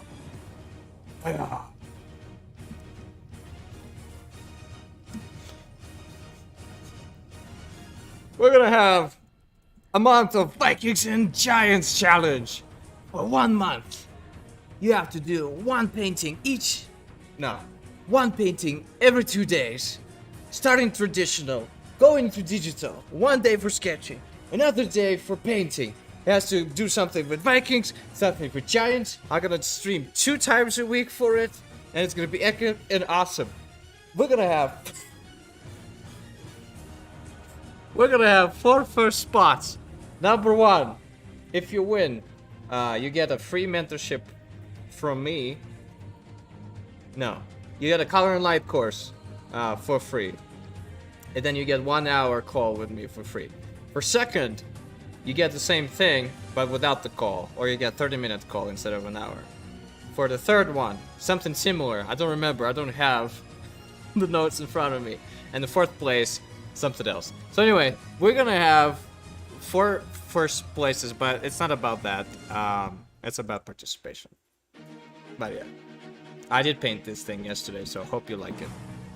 We're gonna start on February 1st, and it's gonna be super awesome. The main prize is gonna be epic experience, and I don't know what else. All right, I'm done. Ta-da!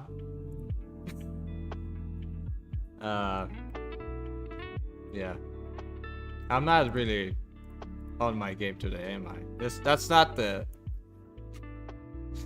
introduction we will want to do. 15 minutes and then 7.5. So anyways, what we're gonna do is now in a more relaxed state. I should redo the whole thing. If you win, you'll get something great. Yep, exactly. If you win, you get something good and great and awesome. But honestly, I just wanted to do something that is super cool for you. The rules are not very, whatchamacallit, we're gonna have word prompts. For you're gonna do, why do I have 14? Alright, we're gonna do 14. Yeah, we're gonna do 14 paintings. I wanted to do a painting a day, but that was too much. So each of those topics is basically 2 days. And Vikings and Giants, I'm gonna be personally painting whatever you see here. I'm gonna have my 3 characters, and I'm gonna have Giants. But you can do, if you want, you can do a Giant design. If you want, you can do a Viking design.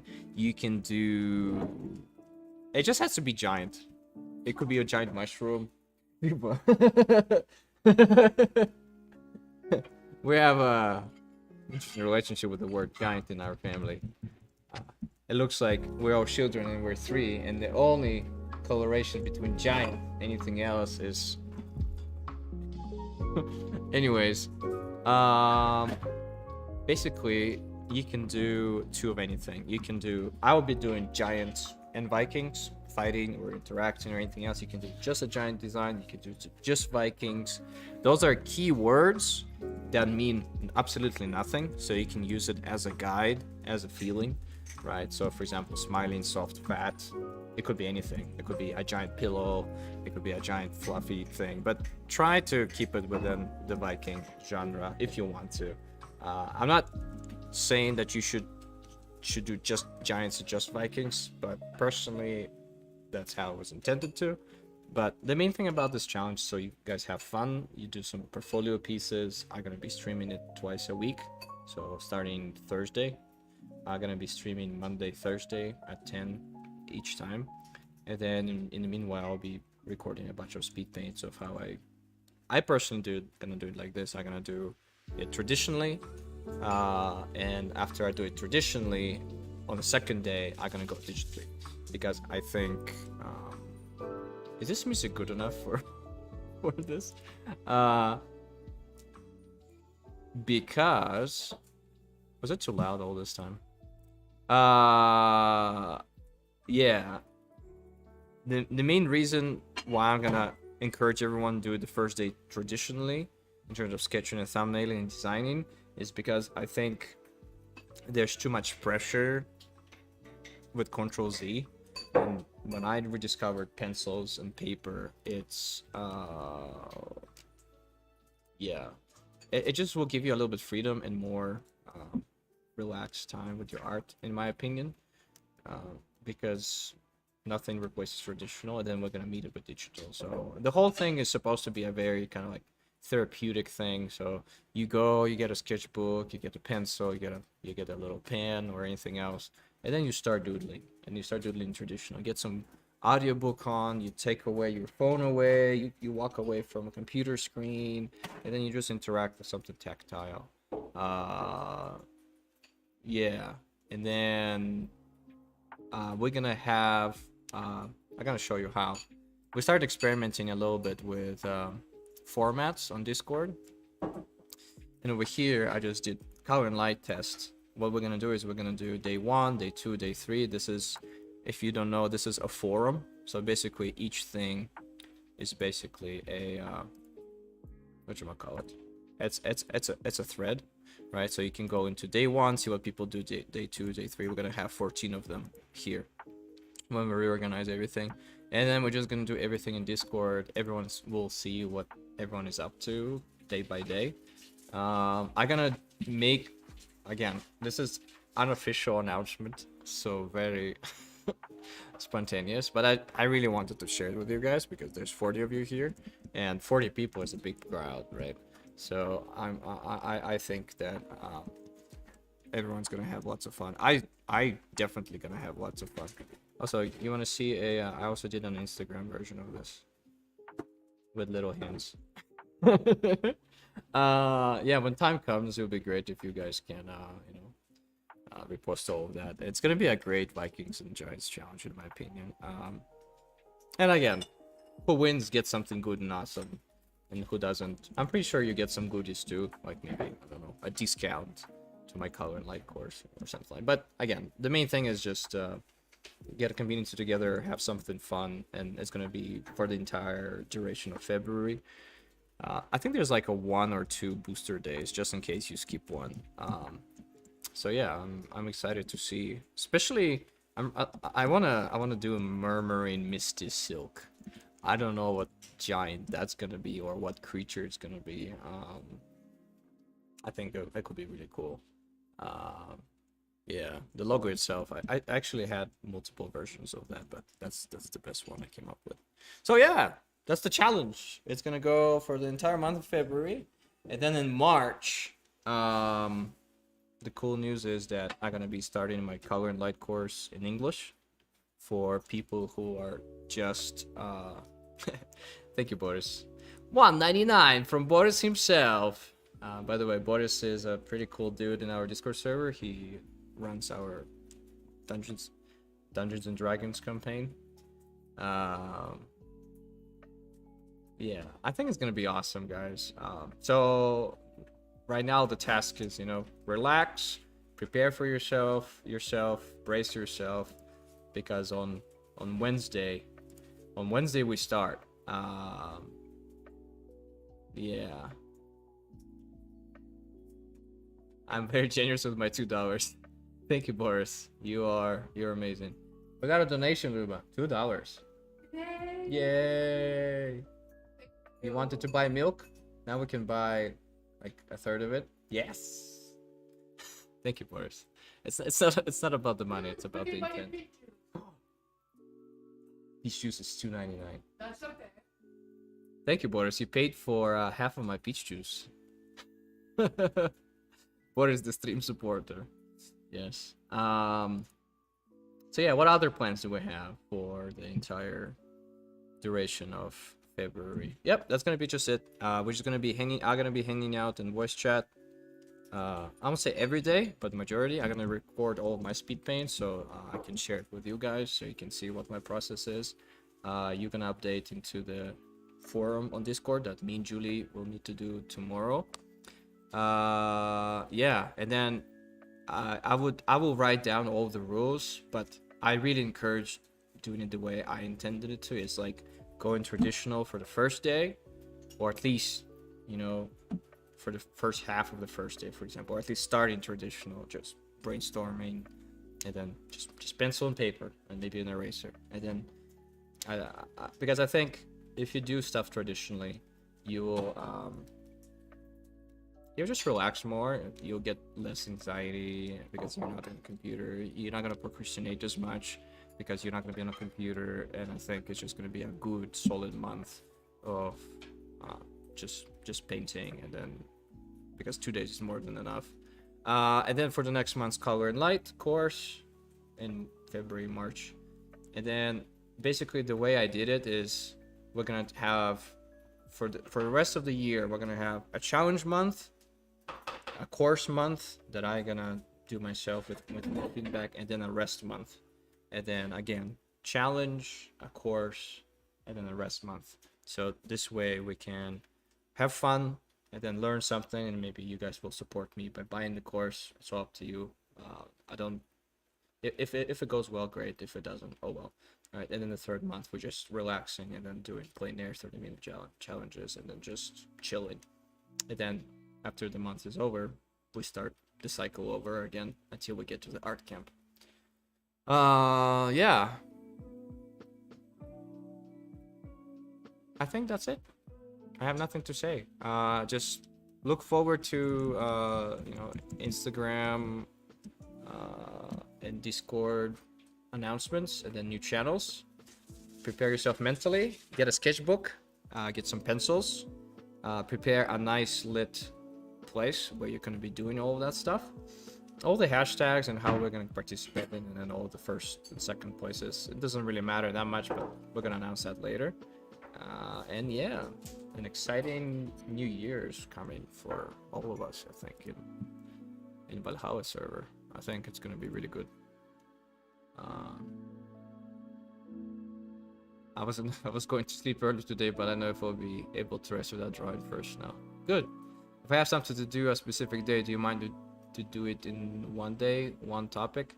Yeah, if you wanna, if you guys are fast enough, you can just do everything in one day and then the other day you rest.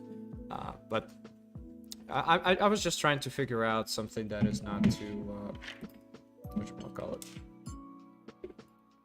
not too hard for people who are not professionals, right? So yeah. Thanks for the blessing again, Misha. Oh, no problem. You're a Viking. No, Ramu. Oh, anyways, no problem. Yeah. That'll be it, guys. Next stream is gonna be Thursday. Yeah. And then tomorrow is gonna be all the official stuff. So, yeah. Goodbye, my friends. See you on Discord. Maybe we'll do a voice chat thing on the day of the announcements, so I can give you guys all the information and stuff. So yeah, that'll be it. Goodbye. Hiya!